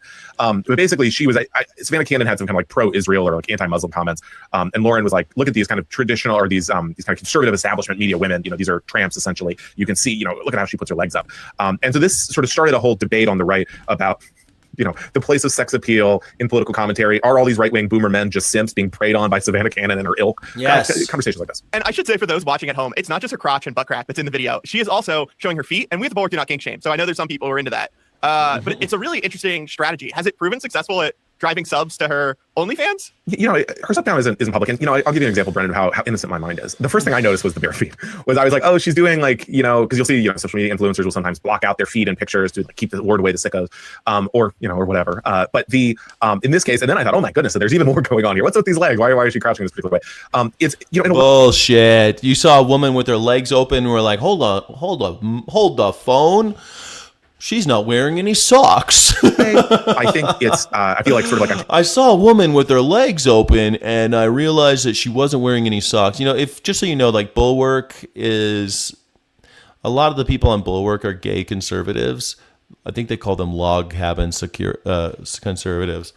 And they're never Trump, or they all hate Trump, but they're all conservatives. And it's kind of fun to watch the Bulwark every once in a while, because it's like, how do you guys live in this world? You hate Trump, but you're conservative and you're gay. That's got to be a hard row, right? That's a hard row to hoe. Taking you down to the peep show and we're reviewing it or whatever, and it's like, what's the point of this? But I think it illustrates, it points to something larger, which is there is this relationship between conservative media, and which is to say that there is often these are men who hate women, who talk about women in awful ways, who say that women should be, you know, at best at home raising children, have no other role in society, and yet they hate OnlyFans. You have to understand, really these young Gen Z creators, they see OnlyFans as not just like a déclassé operation or whatever, but like something that is like a scourge upon society, because they believe it basically has turned every woman that would normally be dating them, has turned them into like a trollop who's on OnlyFans, and has just so warped the market that, you know, this is like goes into hypergamy, the idea that the top 20% of men are taking 80% of the women, all this stuff. And so they hate OnlyFans. And yet all of these manosphere dating podcasts rely on OnlyFans women because they need like the hot ladies to come in so they can say, what's your body count? And so I get into that a little in the piece. What's your body count? Hey, what's your body count? I always thought it was so gross when people started calling it a body count. What's your body count? I think it's weird that people keep track. I have no idea. I don't know how many women, what my body count is. You guys are keeping track? I didn't know we were supposed to be keeping track, everybody. Are you keeping track? Are you like, you got little notches on your bedpost or some shit? How do you guys keep track? Is there an app for that? Do you keep track of all the people you've slept with? How do you know? How do you keep track of that stuff? Legit, Roy Cohn legit fucked Donald Jessica Trump. Yeah, well, I mean, yeah, for sure. I mean, Roy Cohn definitely. I don't know if he fucked them, but they were like, you know, they were buddies. So you mentioned she had pro-Israel comments, which I feel like is pretty rare for most new right influencers. Where does she fit in the current MAGA media ecosystem amid this current civil war that's dividing them? Yeah, you know, this is something that's always interesting, is when people who are like Gen Z or Gen Alpha really come out and are like trashing. I'm not a hoe. I'm not a hoe. I just, you know, women have enjoyed my company. I've enjoyed their company. It's not like I'm a hoe. It's just, I've been around. I'm an old person. I've been around. I'm still going.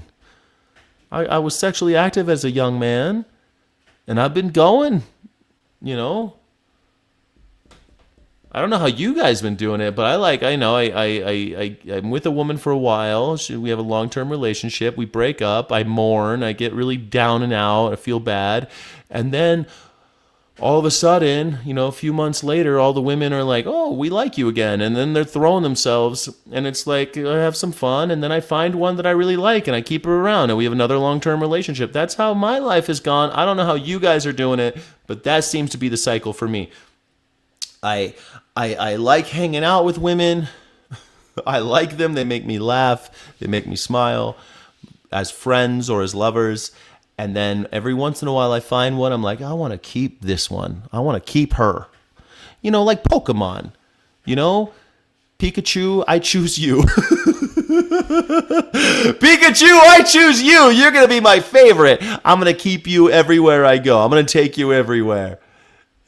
We're gonna keep it going for as long as we can. Let's hold on. Muslims and are very pro-Israel. And I think it gives, because we're seeing on the right even increasing kind of antipathy towards Israel among young people, it kind of makes you seem AstroTurf like right out of the gate. And I think that's partially what attracted people to this controversy and made them think, like, what's going on here with this figure? You know, we saw this also with Matt Nuclear, who was this like 19-year-old Ben Shapiro hired, who was going to be like his, you know, pro-Israel gladiator, and, you know, pretty quickly got owned by the Reuters. So I guess my point is, her politics are very kind of like mainline Fox News. It's just she's doing this like crazy pose as well. You know, let's play another video here. And yeah, show us the video. I want to see this thing. What we're talking about ideologically. 78% of all Pakistanis are inbred. I mean, look at this.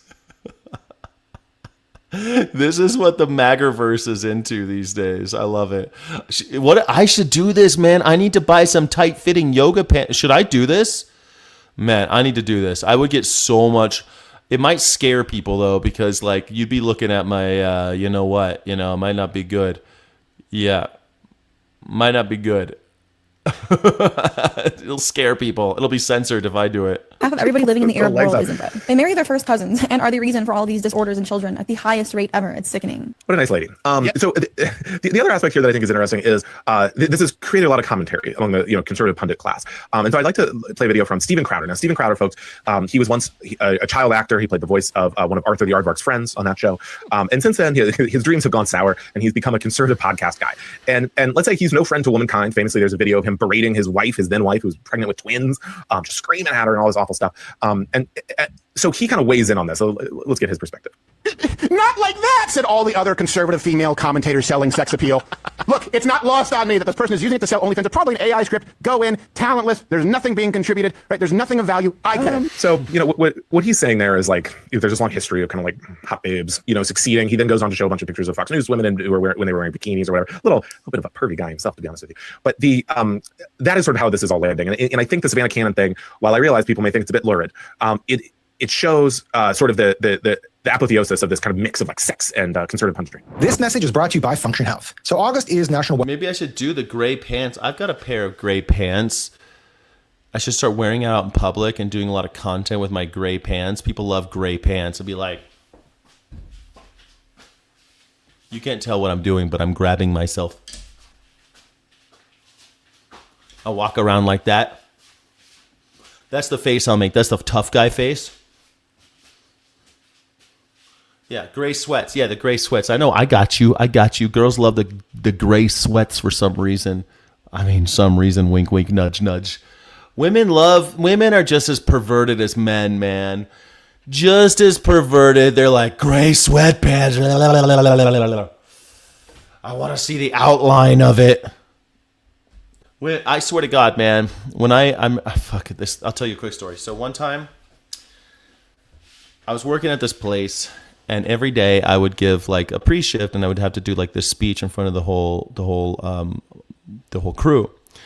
And I left the company, and when I left the company, one of the girls who one of the girls told my assistant manager, she said, "What, did he get fired because his..." She said, "Did he get fired because his big dick, you could see it through his pants?" That's what she says to my assistant manager, who is also a woman. My assistant manager was a woman. And I thought that was so fucking funny. I was crying laughing. I was like, what the hell? I'm just wearing pants. They're just trousers. There's no, like, I can't do anything. If you're looking down there, that's on you, lady. I'm doing public speaking. Maybe that's why people need podium. Maybe that's why they invented the podium, because so women aren't distracted. Women and gaylords won't be distracted. I need a podium from now on. Ladies, eyes up here, ladies. Eyes up here. I didn't know. Oh, Steffel said, what are your top 3 pieces of advice for a person who wants to make the world a better place but doesn't know how to go about doing it? Top 3. Let's do it. Top 3. Top 3. 1, get to know your neighbors. Put a little note on your neighbor's doors, like 6 doors down, 6 doors across, whatever. I'm about to do that because I just moved into a new neighborhood. I'm going to get little postcards. I'm going to write on each one in hand saying, "Hi, my name's Sky. If you guys need anything, here's my number, if anything goes wrong in my house, if something's up, or if you get a package. You could, like, if you get one of my packages or whatever, I live at this address. Thank you so much for being my neighbor. Hope we can get to know each other someday." That's it. Some of them will text you. Get to know your fucking neighbors. Get to know your neighbors. First one. Second one.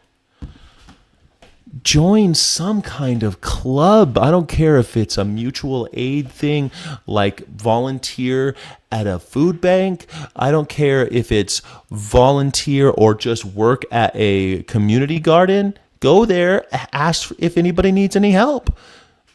They do. They will. They love sharing. And then you get free food. You get free food, and you get to meet all these cool people. If that ain't your vibe, go to a bookstore and join a book club. It's the easiest way to get people. You can get to meet all these different people that are totally different from you. And by the way, all those people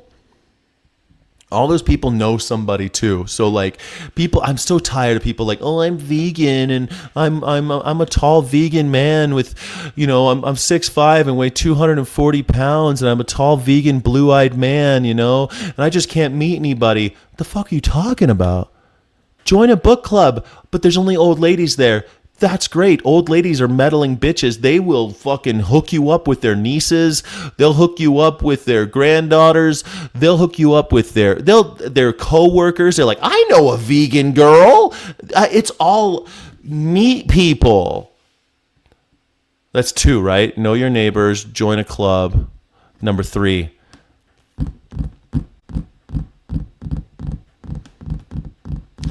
Man, I hate to say it, but number 3 off the top of my dome, buy a gun, learn how to use it. There you go. Buy a gun, go learn how to use it. Thank you. Go buy a gun, learn how to use it. I love how Democrats are losing the argument, either gay as if that's an insult, or they'll try to... Who's a Democrat, Stephen O'Connell? Are you in the wrong place, Stephen O'Connell? Stephen O'Connell, are you a Democrat? Stephen O'Connell's a Democrat. That's weird. Be in queer spaces if you're cool, we are cool. Queer spaces are fun too. But I guess just accept people. I don't know. I just radically accept everybody. Yeah. That's it. Pretty simple. Yeah. I saw something from... That's the worst. Did you ever know that was something that could be seen? No. Well, I know. I don't know. It's just like I put on a pair of pants and I go to work. I'm not sitting there and I was wearing suits. I was wearing suit pants, and it's like... I wasn't wearing particularly tight pants or something. Donate your time. Yeah. Join. Yeah, volunteer somewhere. Yeah, if you have it, or join some kind of club. Yeah. Why is Sky is reminding me of Wedding Crashers with feral funeral game tips? Yeah, the funeral game. No, just go meet people. You don't need to have little games like Wedding Crashers. Meet people. Human beings are very into helping each other. It's really what they're into. They love it. They love meeting people and telling you about their granddaughters. Dude, I was in a book club with a bunch of old ladies and 2 of them were trying to hook me up with their daughters. It was great. I didn't go on the dates, but still pretty cool. Or I remember when I was really in with the Vietnamese community, and I remember I was really in with the Vietnamese community, and my bosses were Vietnamese, and they hooked me up with their niece. She was from Germany. She was half Vietnamese, half German. I ended up asking that girl to marry me. I almost got married to that girl. I was moved to Germany. I lived with her. We were in love, and that girl was my boss's niece from overseas that they thought I would like. That was great. One of the great loves of my life. Do it. Don't rely on all your labor. You're supposed to be working with other people. You're not supposed to be doing everything on your own. Yeah. Jack giving dating tips. I guess, yeah. I don't know how we got to that, but we're there, I guess. I don't know how we got there. We weren't necessarily thrilled with the contractor, but they did a job and they were fixing any problems. Oh, what, that no bid contractor that was your friend at Mar-a-Lago that you allowed to do the swimming pool? Oh, reflection pool? But then I got carried away because the judge was extremely unfriendly to Janine. And the judge was so unfriendly for our bullshit story about vandalism. So unfriendly. Frankly, I think she choked. because the judge was really vicious. Instead of going after the people that did it, the judge went after her and went after her department. And I guess she choked. I don't know what the hell happened. Are you reconsidering her role? I don't know what. You don't. You're fake news. Don't ever talk again. You're fake news. What the fuck? You don't think this guy's like Hitler? You're fake news. Don't ever talk again. There's no such thing as freedom of speech, freedom of the press. Fuck you. I think we touched a nerve there. Donald Trump lashing out at our colleague, MS Now's Jake Traylor in the Oval Office today. Traylor pressing about the simple fact pattern from Donald Trump. Attorney the District of Columbia, Trump's buddy, Jeanine Pirro, dropping the charges of vandalism her office had filed against former Olympian David Hearn less than 1 month ago. While Pirro promised that her office would prove the charges of vandalizing the reflecting pool beyond a reasonable doubt, her office found that despite Trump's claims that, quote, I'm a really good builder, it was his shoddy contractors, not vandalism at all, responsible for the lining coming apart in pieces. Does that even look like vandalism? Like, it's clearly a fucked up botched job, and these things happen. Like, it's so funny. The guy is such a loser and such a egotist that his ego's so fragile he can't just say, hey, you know what, we hired a guy, job was botched, we're gonna do it again. It's fucked. These things happen. Shit happens. No, he won't say that. But when he bombs a school full of little girls and double taps it, because that's what you got to make sure they're all dead. So he double taps a school full of school children, little girls, and he says, hey, shit happens. Shit happens. That's just part of it, guys. But if you are fuck up a pool job for Donald Trump, Nope, it was a vandalism. No, we did nothing wrong. It was A+++++++, A++++. We're back with Glenn, Liz, and Andrew. Andrew, let me read you what Heather Cox Richardson wrote, just to sort of elevate this story to the real danger that it represents and the real window into what's rotten at the Department of Justice. Yes, a billionaire president loser. Exactly. He's a billionaire because he stole it from you, moron. The way you get to be a billionaire in this country is by stealing it from regular folk. He stole your money, and you want to suck his dick for the pleasure. Don't worry, he likes getting his dick sucked by dudes, so you're probably really into that. But listen, man, I don't know why you're so into Donald Trump or any politician. Oh, he's my favorite politician, though. He's my favorite. I love him so much. Oh, my goodness gracious. I wish that he would just love me. My God. My God, how disgusting you've all become in America. This is the country of revolutionaries and rebels. We become bootlickers and snitches and hall munners. What an embarrassing thing. He's a billionaire. He's a billionaire, though, and I love billionaires and politicians. She writes, Friday's dismissal of the Department of Justice case against David Hearn for vandalism of the Lincoln Memorial reflecting pool came days after Hearn's lawyers asked for transcripts of the grand jury proceedings that led to the indictment. The lawyers noted that the government's only witness testified that the pool was already damaged before Hearn went near it, and that the witness could not quantify the cost of any damage Hearn might have done over and above the cost of repairing the existing damage. The lawyers told the court that there were irregularities in the government's presentation of the evidence to the grand jury that call into question whether the grand jury was misled. The Department of Justice has been caught repeatedly misleading grand juries or committing misconduct in getting indictments. Hearn's lawyers were suggesting that the Department of Justice engaged in the same misconduct in the indictment of David Hearn for damaging the bottom of the reflecting pool. So we talk a lot. I even What do you know? It was all bullshit. Do you remember when they indicted the guy who threw the sandwich and they said that the cop was covered in mustard?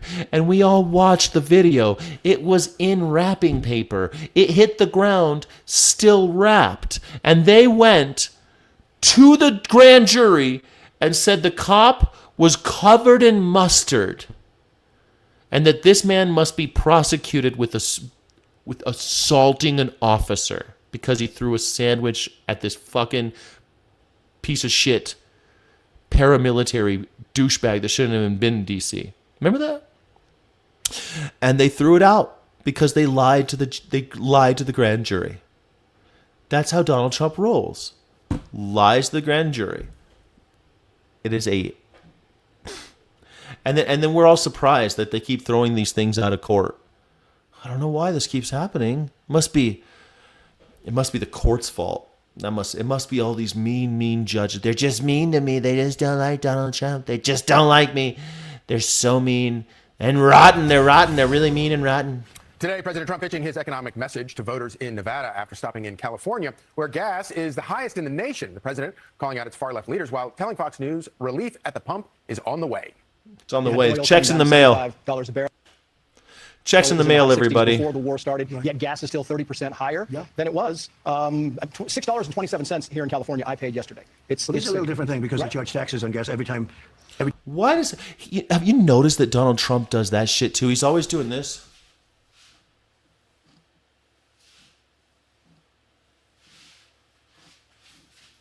Like, what the fuck is going on with this guy? This guy, he's got dementia, everybody. You go to a dementia ward. You know what? You want to make the world a better place? Go volunteer at a dementia memory ward. Go read to old people. They'll be stoked to see you. And every time you go in there, you'll be like the first time you've ever met them. They love you. Go talk to them. They talk just like Donald Trump. They sway back and forth. The dude is 80. He's got dementia. They hop him up on drugs so he can get on TV. Time it goes down, they take taxes. I mean, they've done a terrible job in California, but I think we're going to have it coming down. We're going to be down. Yeah, California, there's such a bad job in California. Threes and maybe the twos pretty soon per gallon. California Post opinion editor Joel Pollack joins us now. Great to see you this morning. Thanks for joining us. President Trump makes a very good point. Every time I listen to California politicians talk about affordability or complain about gas prices, I'm like, dudes, sit down. You have no room. You have no room. What the fuck are you talking about? I'm from California, and the gas prices, they've always been expensive. And then Donald Trump started a meaningless war with Iran, and now they're even more expensive. So yeah, the people are complaining. It's fucking bad. It's bad.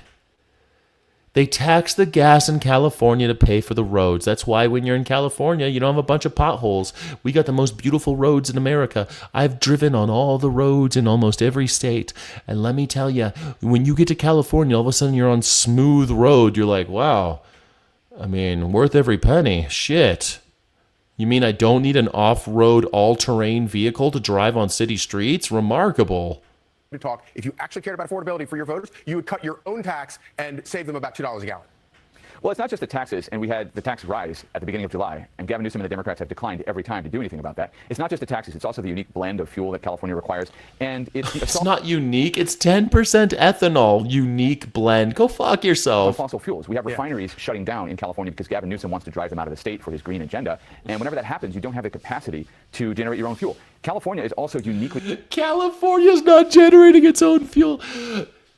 That's not how the oil market works, morons. Do you think that your gas prices go down if you refine gas in your state? Do you think Chevron gives you a discount if you have gas refineries in your state? Do you think that's how it works?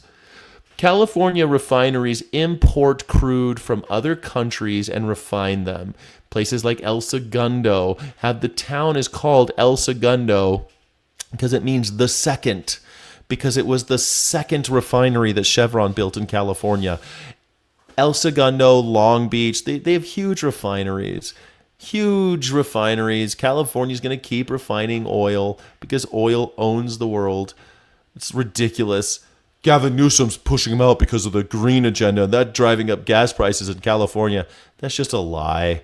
It's just that's just a fucking lie. Exposed to the Iran war because California now imports its fuel from the Middle East. And so the Strait of Hormuz closing or being threatened affects gas prices in California in a way it doesn't affect gas prices in other parts of the country because of California's insane policies. The gas prices are high in California because of what California is doing to itself, not anything happening in the rest of the country. Fuck you. That's not true either. The gas prices are high in California because of something they do to themselves. True, until you start a war with Iran and the Strait of Hormuz gets closed down and prices go up into this unbelievable stratosphere where everyone's like, holy shit, we were just getting used to $5 a gallon. Now it's $6.50? God damn. It was $4.50 last month. Now it's $6.50? Of course people are pissed. Of course. That's not from California policy. California policy is what got it up to $4.50, sure. They tax the fuck out of gas there. That's how they pay for the roads. They tax the tires too, by the way. Tires are expensive in California too. That's what pays for the roads. That's how they do it. That's why they got nice roads in California. They tax the gas and the tires. The thinking is if you use the roads more, you'll be paying for the roads more because we're taxing the things you need to use the roads, gas and tires. It's pretty fucked up still. because, I mean, the way that tax works is going directly to the consumer and the working class. Those who make less money end up having to have longer commutes, and so they pay a undue burden, an undue portion of that burden. So it's pretty messed up. But look, they decided to do that in California. It's a system. I don't like it. But the high gas prices this year are caused by this guy called Donald Trump, who started a bullshit war with Iran, a war of choice. Yeah, it is interesting. California obviously is one of the most energy-rich states and largest states, the largest state. So yeah, funny how that works, and also the richest. It would absolutely be able to probably supply most of its own energy needs. Yeah, it could if that's how the world worked, you dumb piece of shit. But that's not how the world works. California doesn't own the oil. California doesn't own the companies that mine or refine the oil. That's how capitalism works, you see. California doesn't get to decide how much oil is even refined or how much is drilled. Not really. I mean, there's regulations about that, but they don't get to decide that because private companies are the ones who decide that. That's called capitalism. Welcome to America. We're about to be joined live by Senator Bernie Sanders, the very influential independent senator from Vermont. Senator Sanders, we've been talking about all night, because although he's an independent senator from Vermont and has his own world as a United States senator and has for a long time, he plays an outsized role in Democratic Party politics, particularly right now. Senator Bernie Sanders has endorsed a number of candidates who are running tonight, who we've been talking about already. In Missouri, for example, Senator Sanders endorsed former Congresswoman Cori Bush, who has fallen short tonight in her effort to get her seat back from Wesley Bell. In Michigan, Senator Sanders' endorsed candidates are running quite strong. He's backed William Lawrence, who's running in the 7th Congressional District. You see the results here. William Lawrence leading right now with 44% of the vote in that Democratic primary. In Michigan, Senator Sanders has also backed Donovan McKinney. Donovan McKinney is challenging an incumbent Democratic Congressman, Sri Thanadar. And you see, again, very small amount of the vote in here, only 7% in. But Donovan McKinney clearly, at least at this early stage, running strongly against that Democratic incumbent congressman. Senator Sanders has also, as you probably know, endorsed Democrat Abdul El-Sayed and campaigned with him in the Michigan Senate primary against Haley. I love this. Someone's saying that Trump is Hitler, Trump is a chomo. Well, you know, Trump has said that he likes very young women. He likes teenagers. And never forget that Ava Braun was only 17 when Hitler met her when he was 40. He was 40, she was 17. I think that's even for those times was a little bit of an age gap, don't you agree? Ava Braun was so young. I mean, Hitler said that 13 was the youngest he would go. That's the same thing that Donald Trump said on the Howard Stern show, 13. He doesn't want to be seen with 12-year-olds after all. That would be obscene. That would be obscene. Did I move? Yeah, I moved. I just saw somebody ask that. Yeah, I moved. Did you move, Sky? Yes, I moved, Vegan Dylan. I am in Albuquerque. I'm in Albuquerque. Yep. I'm in Albuquerque. To be honest, I don't know why Trump attacked Iran, because it's a small country overall. Like, yeah, it does have the Strait of Hormuz, but still you're impacting multiple countries at once. Because Israel told him to. Israel wants Iran out of the picture. We are owned by Israel. I don't know if you've noticed that lately, that that's become more and more apparent to everybody, because he's owned by the oligarchs. The number one component of Israel's GDP is AI tech. The number one. That's the biggest part of their GDP. Do you think there's a correlation between the broligarchs and Israel? Do you think? Stevens. These are the results thus far in that very closely watched Senate primary. Look at that, 48.2 to 48.1. Not a hair's breadth between them at this point, with 1/3 of the vote. William Talenti, thank you for being here. This is my first stream in Albuquerque. I had just got my internet fixed yesterday, installed really, because it just wasn't even installed. And my studio is still all... It's not ready. My studio's not ready, so this is what I got. But we're going live. Hopefully tomorrow you'll see the evolution. We'll have a little bit more done tomorrow. And we're going to be watching this vote very closely as it comes in. At the moment, Senator Sanders' campaigns with these candidates and his endorsements has put wind in the sails of these folks, and has also contributed to a national narrative around not only his personal influence, but the influence of his kind of politics, his kinds of policy, and his kind of bottom-up campaign. Oh my God, it's such a bullshit. Google how many Americans Iran has killed, 1,100 through proxies. That's all fucking bullshit. You're blaming anything that ever happened on Iran. 47 years, they've been killing Americans. It's not true, man. Hezbollah and Houthi rebels and all the rest, they just count anybody that ever took a penny from Iran. It's ridiculous. Iran has not attacked us. We have killed more. Look up how many Americans the United States government has killed in the last 47 years.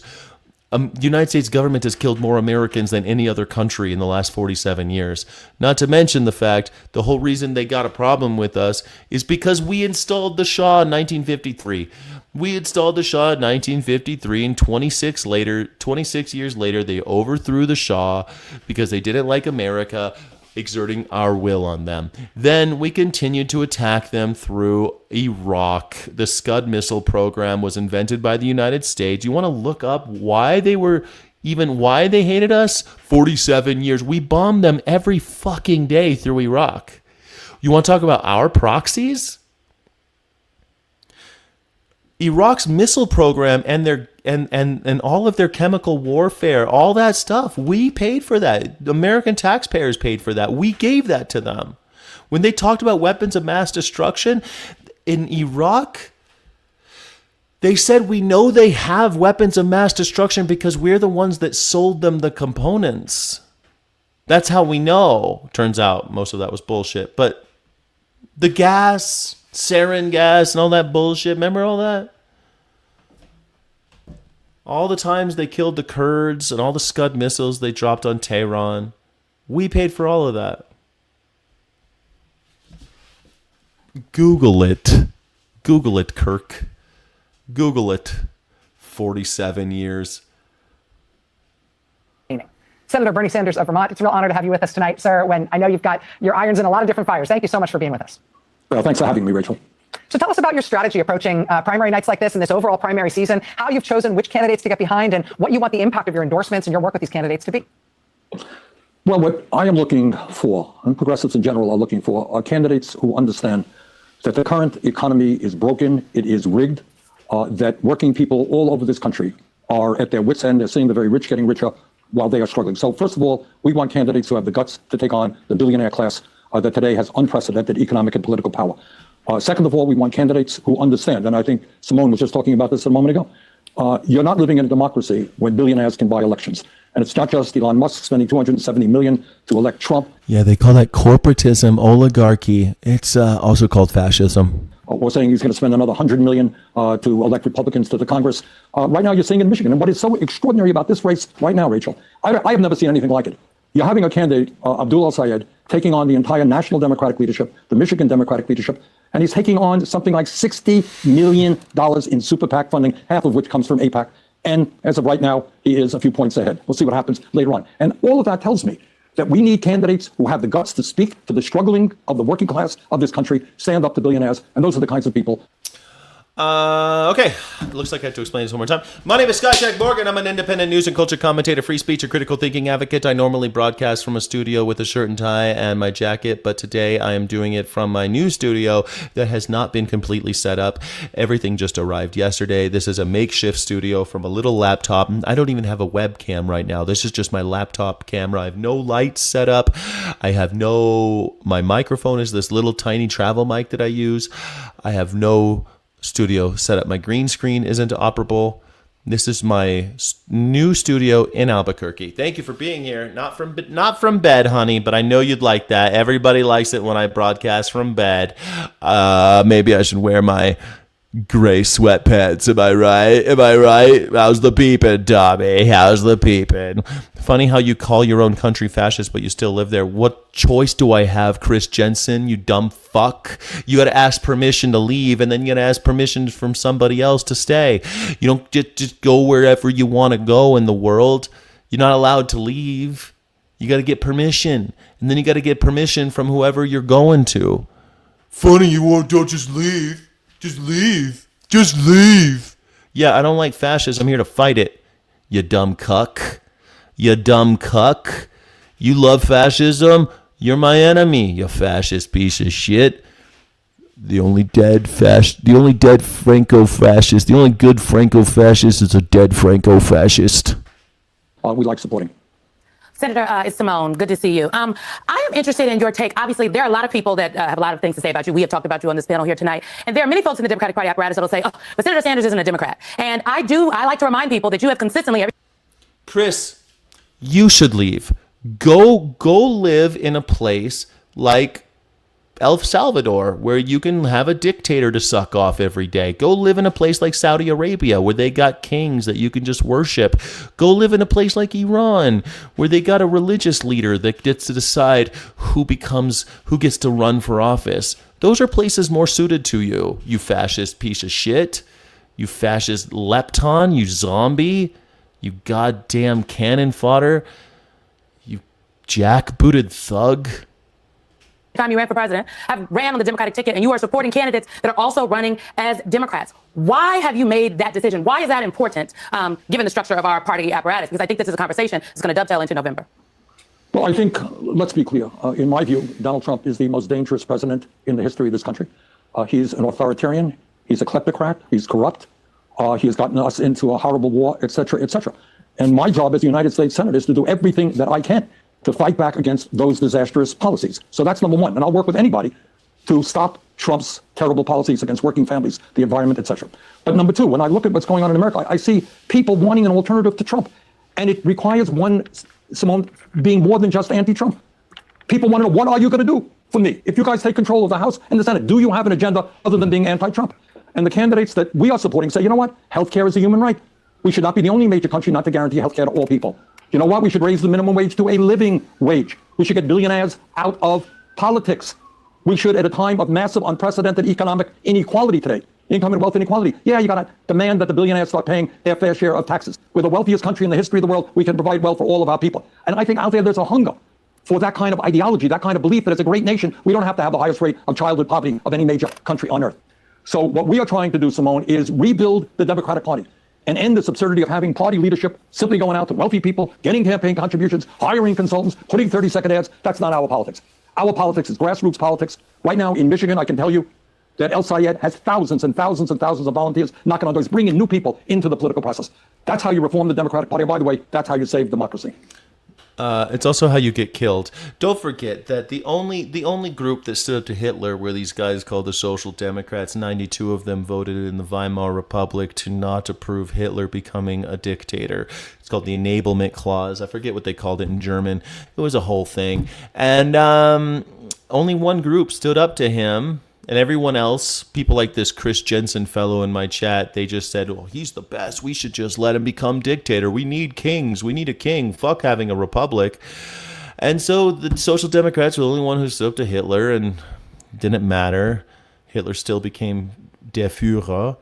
And then he went about, first he killed a couple of them, then he imprisoned a few of them. The other ones he just kicked out because he made their party illegal. That's what's going to happen in America. You just wait and see. If they start cutting into profits, they'll just make Social Democrats illegal. It's going to be an illegal party in America. You wait. You wait. Donald Trump's already talking about it. Senator, it's Lawrence O'Donnell. I have a question that I'm going to frame in jest, which is, are you now or have you ever been a member of the Democratic establishment? And let me just ask Senator. I'm not going to take the fifth on that one. Okay. I will not take the fifth. I will answer you unequivocally. No, I've never been a member of this. And what does it mean to you, Senator? What does that distinction mean to you, the Democratic establishment versus wherever you are in Washington politics? You've been there for 36 years now. You've been a chairman. You've been in congressional leadership. You've been in those rooms. What is that difference between where you stand inside that building and the Democratic establishment, which apparently is mostly in control of the Democratic side of it? Well, Larry, that's a very good question. And I think the answer is both ideological. In Germany, it was called Ermächtigungsgesetz. Yeah, Gesetz zur Behebung der Not von Volk und Reich. The law to remedy the distress and emergency of the people in Reich. The people in kingdom. Der Not. It says distress, but Not means emergency too. It's an emergency. It was declared an act of an emergency, and that we needed to have a dictator. Gesetz zur Behebung der Not von Volk und Reich. He allowed Chancellor Adolf Hitler, his cabinet, to pass laws without parliament or presidential approval, effectively ending German democracy. And the only people to stand up against it were the Social Democrats. That's what we have again. Now we have the same thing all over again. Nazis and the Social Democrats are the only ones standing up to them. What do you think will happen? You think they'll get killed? I think there's a bigger problem here. And this is not fraud, waste, and abuse by itself. This is corruption on the underlying system. When you corrupt the practices that rat out the foundation of the boat that we're all in together, and we start taking on water, we can start pointing fingers. But when everyone is doing it, which is maybe the most important quote from this press conference, not that by any of us up here, that's a real pathology. Because then if you're not part of the corrupt system, you're a fool. When I'm lying to you, and you know I'm lying to you, and I know that... If you're not part of the corrupt system, you're a fool. Mehmet Oz. Like, they're saying it out loud, guys. They're saying it out loud. You know that I'm lying to you, and on and on and on. That's a real pathology. Because then if you're not part of the corrupt system, you're a fool. When I'm lying to you, and you know I'm lying to you, and I know that you know that I'm lying to you, and on and on and on, that's how countries collapse. Thank you all. Are you sure you meant to say that there, Mehmet? I want to thank the President, the Vice President, Secretary Kennedy, and many others involved in the anti-fraud task force that the White House is beautifully organizing for an all-of-government approach. Their trust in a system that was built in a high-trust environment, a place we all thought that we would be able to be safe, because who would steal from the poor? Didn't you make a whole career doing that? Many people, unfortunately, are doing just that.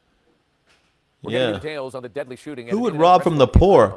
Like, who would start a meme coin named after his wife and then pump and dump? Who would do that? Who would steal from poor people? Who would create meme coins and steal from people? People were killed, including 2 from California. Tonight, the dramatic video showing armed bystanders opening fire to try to get the gunman to stop. Here's ABC's Trevor Alt. Tonight, investigators are searching for the motive in this Idaho mass shooting. What's happening? What happened? What's happening?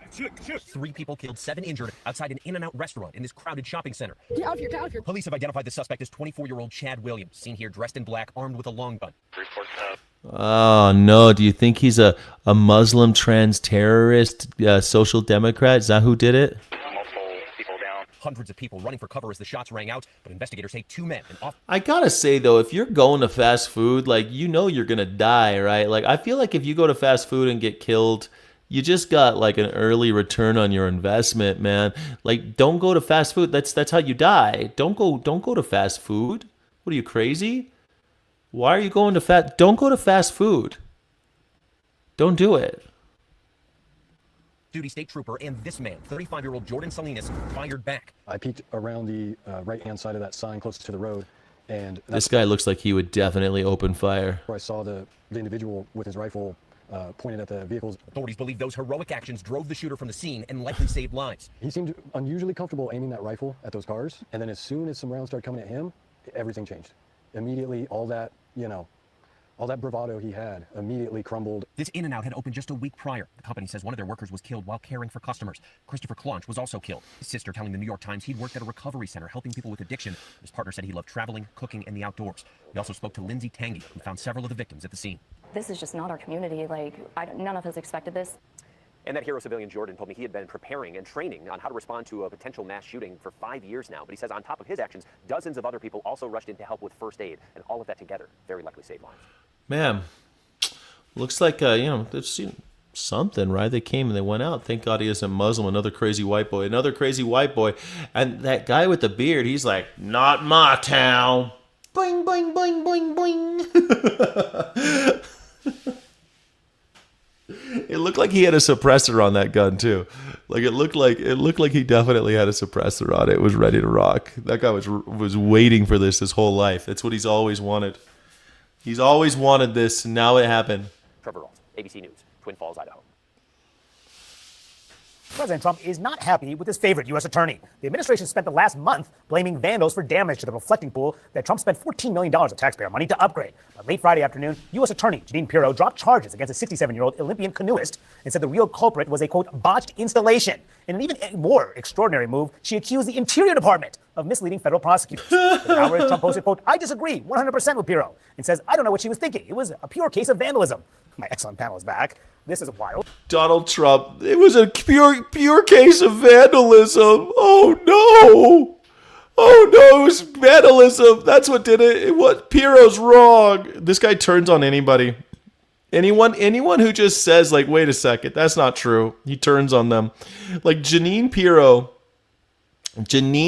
has been Donald Trump's little bitch, for years, she's held his water. For years, been like, Mr. President, he's the greatest. I love him. I'd let him fuck me in my ass on every day. I love him. I'm Janine Pirro. Give me a glass of wine. And then the second she criticizes, the second she's like, it wasn't a case of vandalism. It was clearly a case of being misled. The public was misled by the Secretary of Interior. And now Donald Trump is throwing her under the bus. Women, don't hold water for Nazis. You will be the first in the cannon fodder. You will be the first grist for the mill. Look at all of the women, all of the secretaries so far who have been fired have all been women. 3, all women. Now Janine Pirro is going to get fired. 4th woman. Women, stop backing Nazis. You will not be looked at kindly by them. You will be used as tools. Don't even get me started with all the other minorities. But women, fuck, man. God damn it. Women, please stop backing Nazis. Stop holding their water. Stop doing this. Vandalize. You vandalized my butthole, and I enjoyed it because he's the president.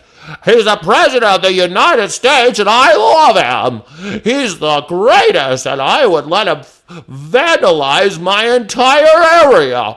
And I just will go on Fox News and defend him every day. Holy shit.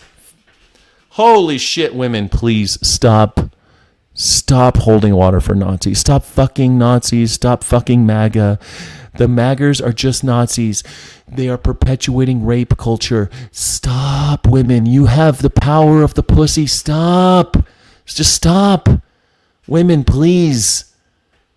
I don't fuck MAGA girls. Stop fucking MAGA boys. Stop doing it, girl. God damn, girl. You're worth more than that. Stop doing that, girl. New at 10, from prepping homes for painting to selling homemade tortillas on the side of the road. A Phoenix man did a little of everything until a medical emergency changed his life in an instant. 12 News journalist Tiani Jadalang is here after speaking with him today. And Tiani, what happened? Mark, Eliud Villa-Garcia says it all started with a medical emergency back in 2022. Within a week, he lost his vision. Now he's found a new way to provide for his family. This is a typical day for Eliud Villa-Garcia. He's making flour tortillas, but what makes his story different, he's doing it visually impaired. For the past 2 years, he's been selling his homemade tortillas near 43rd Avenue and Bethany Home Road. I work Tuesday through Saturday. I'm there from 10 a.m. until they're all gone. Before that, he spent 15 years prepping walls and windows for paint jobs until a medical emergency changed everything. I started with an ache in the back of my head. Everything started to become inflamed. I started to lose my vision, and within 1 week, everything became dark. God damn it, that's gotta suck. This dude was just working his ass off every day out there, and now he's practically blind. And now he's got to make tortillas for the rest of his life. He went to the hospital where he says doctors told his family he looks like he's 75 years old. The infection could have turned deadly. The doctor told me if this went on, I would have died. He tried to return to work, but it didn't last. They were very tough times because my husband became visually impaired. We were renting, we had to leave the apartment, the kids were younger. This happened 4 years ago. With his wife Adalberta and their son becoming the family's main providers, Villa-Garcia wanted to find a way to help. I like to work hard. It brings in little money. I get about $50 to $60 a day, but I get to bring it to my family. He taught himself how to make tortillas by feel. People ask me, well, how do I make them? I think it's my faith in Jesus Christ. He's transformed his entire kitchen into a space to help make the dozens. Jesus Christ has saved me from my horrible infection that made me go blind, but he gave me the gift of tortilla making. God bless him. God, I love Jesus. He's really looking out for me. Oh, shit. Oh, no. Like, that's the thing with Jesus, right? Like, Jesus, maybe you could have been looking out for me with the whole infection thing in my brain. Maybe you could have looked out for me a little bit before I went blind. Jesus Christo, come on, buddy. What are you doing to me over here? Jesus Christ, couldn't you have been there for me before the whole tortilla making adventure? I mean, thanks for the tortilla making skills, but Jesus, I would have been happier if you just let me keep seeing. You remember that blind guy? You spit in his face and you made him see? That was in the Bible, folks. You guys ever read the Bible? It's a book. I know a lot of you guys don't like reading books, but there's this famous one. It's called the Bible. It's about this guy named Jesus. Well, at least part 2 is. Part 1, don't read it. Just skip to part 2. Dozens of tortillas he sells almost every day. Through this, he's helped his family secure their own apartment 6 months ago. Something his daughter says means everything. He decided to think more on the brighter side and be more faithful that this isn't permanent, no matter who tells me that it is permanent. Today, Villa Garcia says selling tortillas is about more than making money. It gives him purpose. It makes me happy that people get to buy my tortillas. When I'm here at home, I'm anxious. When I'm out, I'm happy talking to people, socializing. Villa Garcia says doctors have told him surgery may help his vision, but there are no guarantees. I always love these stories about how the failure of American healthcare system. Our American healthcare system has failed this gentleman, but don't you worry. Jesus has given him the gift of tortilla making. Yes, he's blind and he probably won't ever be able to afford the surgery that may or may not help him regain his vision. And he is technically too old to be working, but fuck him, right? Fuck all that. We don't have any way to take care of him. The richest country in the world. We got a trillionaire. We don't have enough money for this guy. We got to give more money to Elon Musk. We don't have money for this guy. Make some tortillas, you broke loser. Make some goddamn tortillas, you broke piece of shit. These people are crazy. They're nuts. All right, to the Middle East, where a deal to reopen the Strait of Hormuz is reportedly nearing the finish line with an announcement that could come as soon as today. Chief Foreign Correspondent Trey Yinks is live in Tel Aviv. Hey guys, there's a deal on deck. Have you heard that Donald Trump is making a deal with the Hormuzians? Hey, Hormuz is going to open, everybody. It'll be another 2 weeks. Fox News. Papers, please.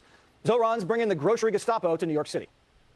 You said they're going to be 30% cheaper than they would be at the grocery store down the street. How are you going to keep people from taking advantage of that? We are looking to make sure that we target New Yorkers, whether it be a sort of a library card, and also we manage who's buying and that is focused on everyday New Yorkers. Oh, they get a library card. That makes sense because you're running it like a library. Perfect. Okay. So you got to prove that you live in New York in order to get the access to the groceries.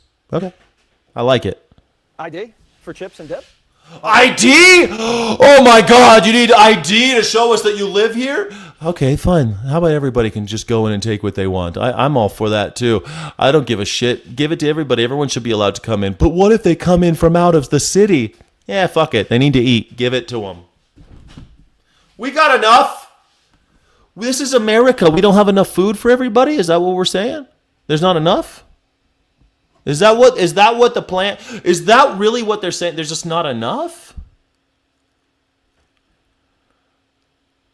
We don't have enough food for everybody in America? The left couldn't stomach it, so the commie caved by dinner time. No bouncers at the bodega after all. And we're talking about a city-run grocery store, one in each borough, which, by the way, you do not need an ID to shop at, no matter what you've just heard in the news of today. We're talking about actually addressing Oh, so you don't need an ID. Okay. the question of skyrocketing grocery prices. That's not what your grocery girl said yesterday. ID, no ID. The whole thing's dead on arrival. Oh, yeah, it's totally dead. Totally dead. Yeah. You opened 5 grocery stores. What the fuck have you been doing? What have you been up to trying to save the world? Well, I share Bible quotes with my friend Gret Gutfeld. 5 city-owned supermarkets, one per borough, run by the government, stopped by the government, priced by the government. What could possibly go wrong? They swear you'll save $90 a month, 30% off the staples, produce, meat, seafood. I mean, it looks pretty nice. One little catch. No hot food. No deli, no bakery, no butcher. Oh my God, no hot food. All right, that's okay. You're not allowed to buy hot food with EBT, so that's all right. That makes sense, right? That's against the law. Okay. But no sweat. Commies are vegan. Well, except for Commies are vegan. Rico. He's putting down more chicken than the Colonel. The first store doesn't open for a year and a half, and they're sticking it in an old juvie in the Bronx. Charming. That's socialism for you. 30% off thanks to somebody else. Slim pickings on the shelves, a cap on what you can cart out, and an ID at the door. Less of a grocery store, more of a ration line on your dime, and that's by design. These stores... More of a feeding the poor thing. Whoa, oh my gosh. Yeah, I think it's fucking great. You're still going to pay. It sucks that you got to pay, but 30% cheaper? I mean, I might go. How do I get to New York? It's too far. I would definitely go. 30% off, and it's in my borough? There's one in each of the boroughs? I'd try it out for sure. Aren't built to sell groceries. They're built to sell socialism. I think that people have it wrong. I think these grocery stores are going to be wildly popular. What the cheap grocery stores do is create an incredible success story for socialism that will help to support and fuel the socialist wave in urban centers around this country. And let's say each one loses 10 million a year and they get to 10 or 20 of these. That's $200 million of losses per year on the grocery store chain. But it creates this extraordinary social movement for more of these grocery stores supporting the DSA and so on. What are we going to do about the 5 families that run all the billionaires? What are we going to do about them? They're cutting into grocery store profits. Mr. Ralph's, Mr. Kroger, those guys. What will we do? What about the Harris Teeter? What about Mr. Harris Teeter? What about Mr. Piggly Wiggly? $200 million a year in losses by design. Most businesses try not to lose money. For Mondani, losing money is the point. This is how it goes every time they try it. You torch prices with somebody else's cash, the herd stampedes in, and the shelves are just ripped bare by midnight. But that's when the... So you hear that? The herd? Comparing humans to animals, it's always one of the classic fascist moves, calling it the herd. Oh, these poor people are all animals, these fucks after all. The rich need to really control them, need to make sure that the herd doesn't get out of control. Bureaucrat shows up to tell you one loaf of bread's your limit. Instead of Whole Foods, it's no foods. Kansas City already tried it. City-subsidized grocery store, low-income neighborhood. Guess how that turned out? The KC Sunfresh grocery store, subsidized by the city to serve a low-income neighborhood, announcing it will close. Empty shelves, a funky odor, and reports of crime and drug use plagued the store. Despite tens of millions of dollars in city investment, the store lost nearly $900,000 in the last year alone. Serving the people is not a profit-driven concept. You're not supposed to be trying to make money off of the people in order to get their necessities met. That's the whole point, you see. You should not be trying to make money on fulfilling the basic necessities of human life. Things like the roof over your head or the food in your belly. That shouldn't be driven by profit. The profit motive shouldn't come into it at all. These are the basic necessities of human life. But the fact that they want to profit off of them shows you that they are evil ghouls that want you dead if you don't pay them. That's capitalism for you. City's got company. Chicago just lost 7 government-backed grocery stores this month. $13.5 million in taxpayer cash, up in smoke. The company signed a 10-year... Liberals are going to be the downfall of liberals are the downfall of every democracy because they let the fascists come in. They let the Nazis like MAGA exist. They don't stand up to them. They bend over. They say, let's hear them out one more time. Let's hear out these fascists. Let's hear out the racists. Let's hear out the alt-right. They're called the alt-right now, are they? Oh, well, they're just one more marginalized group. Everybody's opinion is valid. And after all, liberals love capitalism. Liberal democracy, okay, yeah, sure. You're right, they are the downfall because they're afraid of killing Nazis. They're afraid of standing up to Nazis. That's why the liberals are the reason why. Nazis, MAGA is impossible without liberals. Every MAGA should be thanking liberals for putting them in power. Every MAGA should be thanking you should be kissing the ass of every liberal because without them, there would be no Donald Trump. There'd be no MAGA new Nazi movement. It wouldn't exist without the liberals. Liberals are necessary for it. Deal, they didn't make it to 2. Turns out a store that survives on somebody else's paycheck isn't a business, it's a bailout. But hey, at least it makes it feel good. So here's the pitch, New York. Pay more. Yeah, it's not a business. Did you miss the fucking... Why is everyone on Fox News so stupid? It's not a business. It's not a business.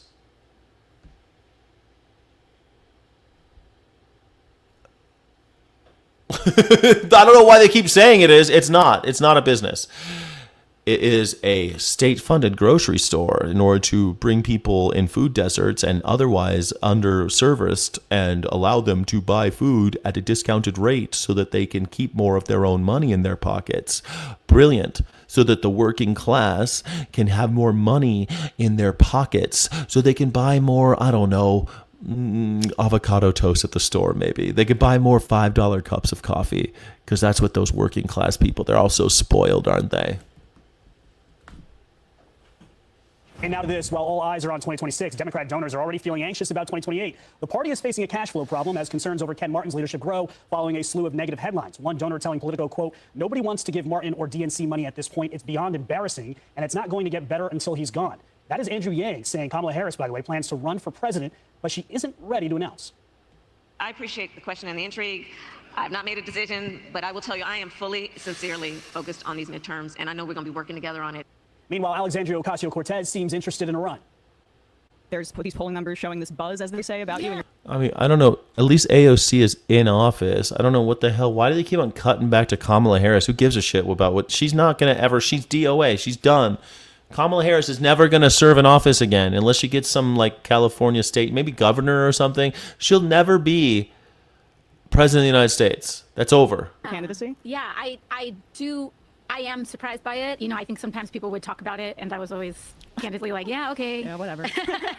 But then some of these polls came out, and I'm like, what is happening? There's some folks actually that driven out from Arkansas, and they were talking about like the straw polls out there, and I'm like, I don't, you know, but I think people are pissed off. Joining me now, Republican strategist. Yeah, people are pissed off because they're sick of racist garbage humans fucking shit up and buying and selling our children. They're sick of people like Donald Trump and Jeffrey Epstein buying and selling our little girls and buying and selling our little boys and treating them like cannon fodder and throwing them into needless wars so that we can secure oil interests overseas for oligarchs. Yeah, they're pissed off. They're pissed off. People are pissed, man. I'm pissed. I go to the supermarket. I'm doing grief math at the fucking supermarket. Why am I doing math at the supermarket? I'm American. I should just buy what I need and walk out and not have to worry about it. But no, now I'm like, oh, holy hell, that's that much per ounce. And this one's also this much. Like, this is Depression era shit, guys. How many of you are doing math at the supermarket? How many of you are doing math at the supermarket? I'd love to know. How many times do you have to do it where you're like, well, how much is this per ounce? And how much is this per ounce? Is this a better deal? You doing long division at the supermarket? Huh? You doing that yet? Biden, though. You compare Trump to Epstein? Yeah, they were best friends. Yeah, Epstein would be if Democrats weren't. Are you fucking stupid? Democrats. Donald Trump was a Democrat with Epstein, you fool. This is how stupid you idiots are. You're so stupid that you don't realize that when Jeffrey Epstein was a Democrat, Donald Trump was also a Democrat, because they do not care like you about Democrats and Republicans. They care about power and they want it. When the Democrats have power like they did in the 90s, they become Democrats. When the Republicans have power like they did in the early 2000s, they become Republicans. That's how they roll. They don't give a shit. Only morons like you are so tribal that you think that Democrats and Republicans are so different. This unitard party. And you think that, oh, well, I wear a red cap because I like chomos and they're better for the chomos. Dude, it's a chomocracy. You imbeciles. You're an imbecile if you think the Democrats were the Epstein. You fucking stupid. It's the billionaire class. They're Democrats, they're Republicans. They don't give a shit about those things. That's for dumb people like you. That's for dumb people like you, thinking that you can vote across party lines and somehow make some kind of big change. As if they don't get their money from the same donors. As if they don't take their orders from the same oligarchs. As if they don't take their marching orders from the same foreign leaders, the same foreign governments. As if they don't invest in this, they don't have identical stock portfolios. They have the same stock portfolios. They go to the same board meetings. They went to the same colleges. They fuck the same women. Don Jr.'s was fucking Gavin Newsom's ex-wife. And you're like, they're so different though, right? Yeah, they're so different. Don Jr. and Gavin Newsom, just totally different dudes, man. Completely different, because after all, one's Republican and one's Democrat, right? So different, though. They're still fucking the same women, taking money from the same oligarchs, traveling to the same countries and talking to the same foreign leaders, making the same deals. Their portfolios, when you look at their stock portfolios, identical, but they're so different. If you think that the Democrats or Republicans are coming to save you, you're already lost. Those things don't even matter anymore. They never really did, but they matter even less today. Right now, we have the Nazi party in charge. Republicans are gone. There's no such thing anymore. They're gone. You either worship Donald Trump or you're a rhino now. You're not a Republican anymore. It used to be rhinos were people who Republican in name only meant that you didn't agree with all of the policies. Now, a rhino means you don't love Donald Trump enough. It's not about shadow government. It's about no government. Thank you for joining. My name is Skyjack Morgan. I'm an independent news and culture commentator, free speech and critical thinking advocate. Thank you all for being here. That's the end of the show today. I need to go. I was thinking about playing some guitar later, but I don't have like everything set up for that. I was going to play guitar, but I know that you guys will do it sometimes. I don't love politicians, period. There you go, Mikhail Gorbachev. That's how it's supposed to be. You're not supposed to love politicians. You're only supposed to blow the bloody doors off. No, I'm a Republican. Straight up, stretch your mouth force while Trump. There are no Republicans left. If you think that you're some old school Republican that you have no party, buddy. Your party's dead. What are you gonna you gonna go hang out with Mitch? You gonna hang out with Mitch McConnell? You can go hang out with Mitt Romney? Go hang out with Mitt Romney. You guys could talk about how great the Republican Party used to be. There's no Republican Party anymore. It's the Trump Party. It's MAGA. It's National Socialism. John McCain would be important shit, John McCain, yeah. Excuse me, you're fake news. Shut up, never say anything again. You're fake news, yes. You're fake news. That's why I like Trump. He's a politician. He's a businessman. No, he's not. He's not a businessman. He is a person who inherited money and invested it poorly and was bankrupted 4 or 5 times now and uses his political position to enrich himself off of your paychecks. He's just a grifter. He's just an old con man. He's just an old con man at the end of his rope with one last con. He wasn't a businessman. He was a con man. That's not a businessman. He was a con man. You're a sucker. Thank you all for being here. I guess the only one betting Trump will pass into oblivion. You keep the dream alive, Kirk. Kirk Wilson, keep the dream alive, all right? Thank you so much for joining. I love you. My name is Skyjack Morgan, independent news and culture commentator, free speech and critical thinking advocate. This has been Morning Sky, the #1 news reaction show in YouTube history, and I appreciate you. Hopefully tomorrow we'll have everything back up, and we'll go, this guy doesn't understand what National Socialism is.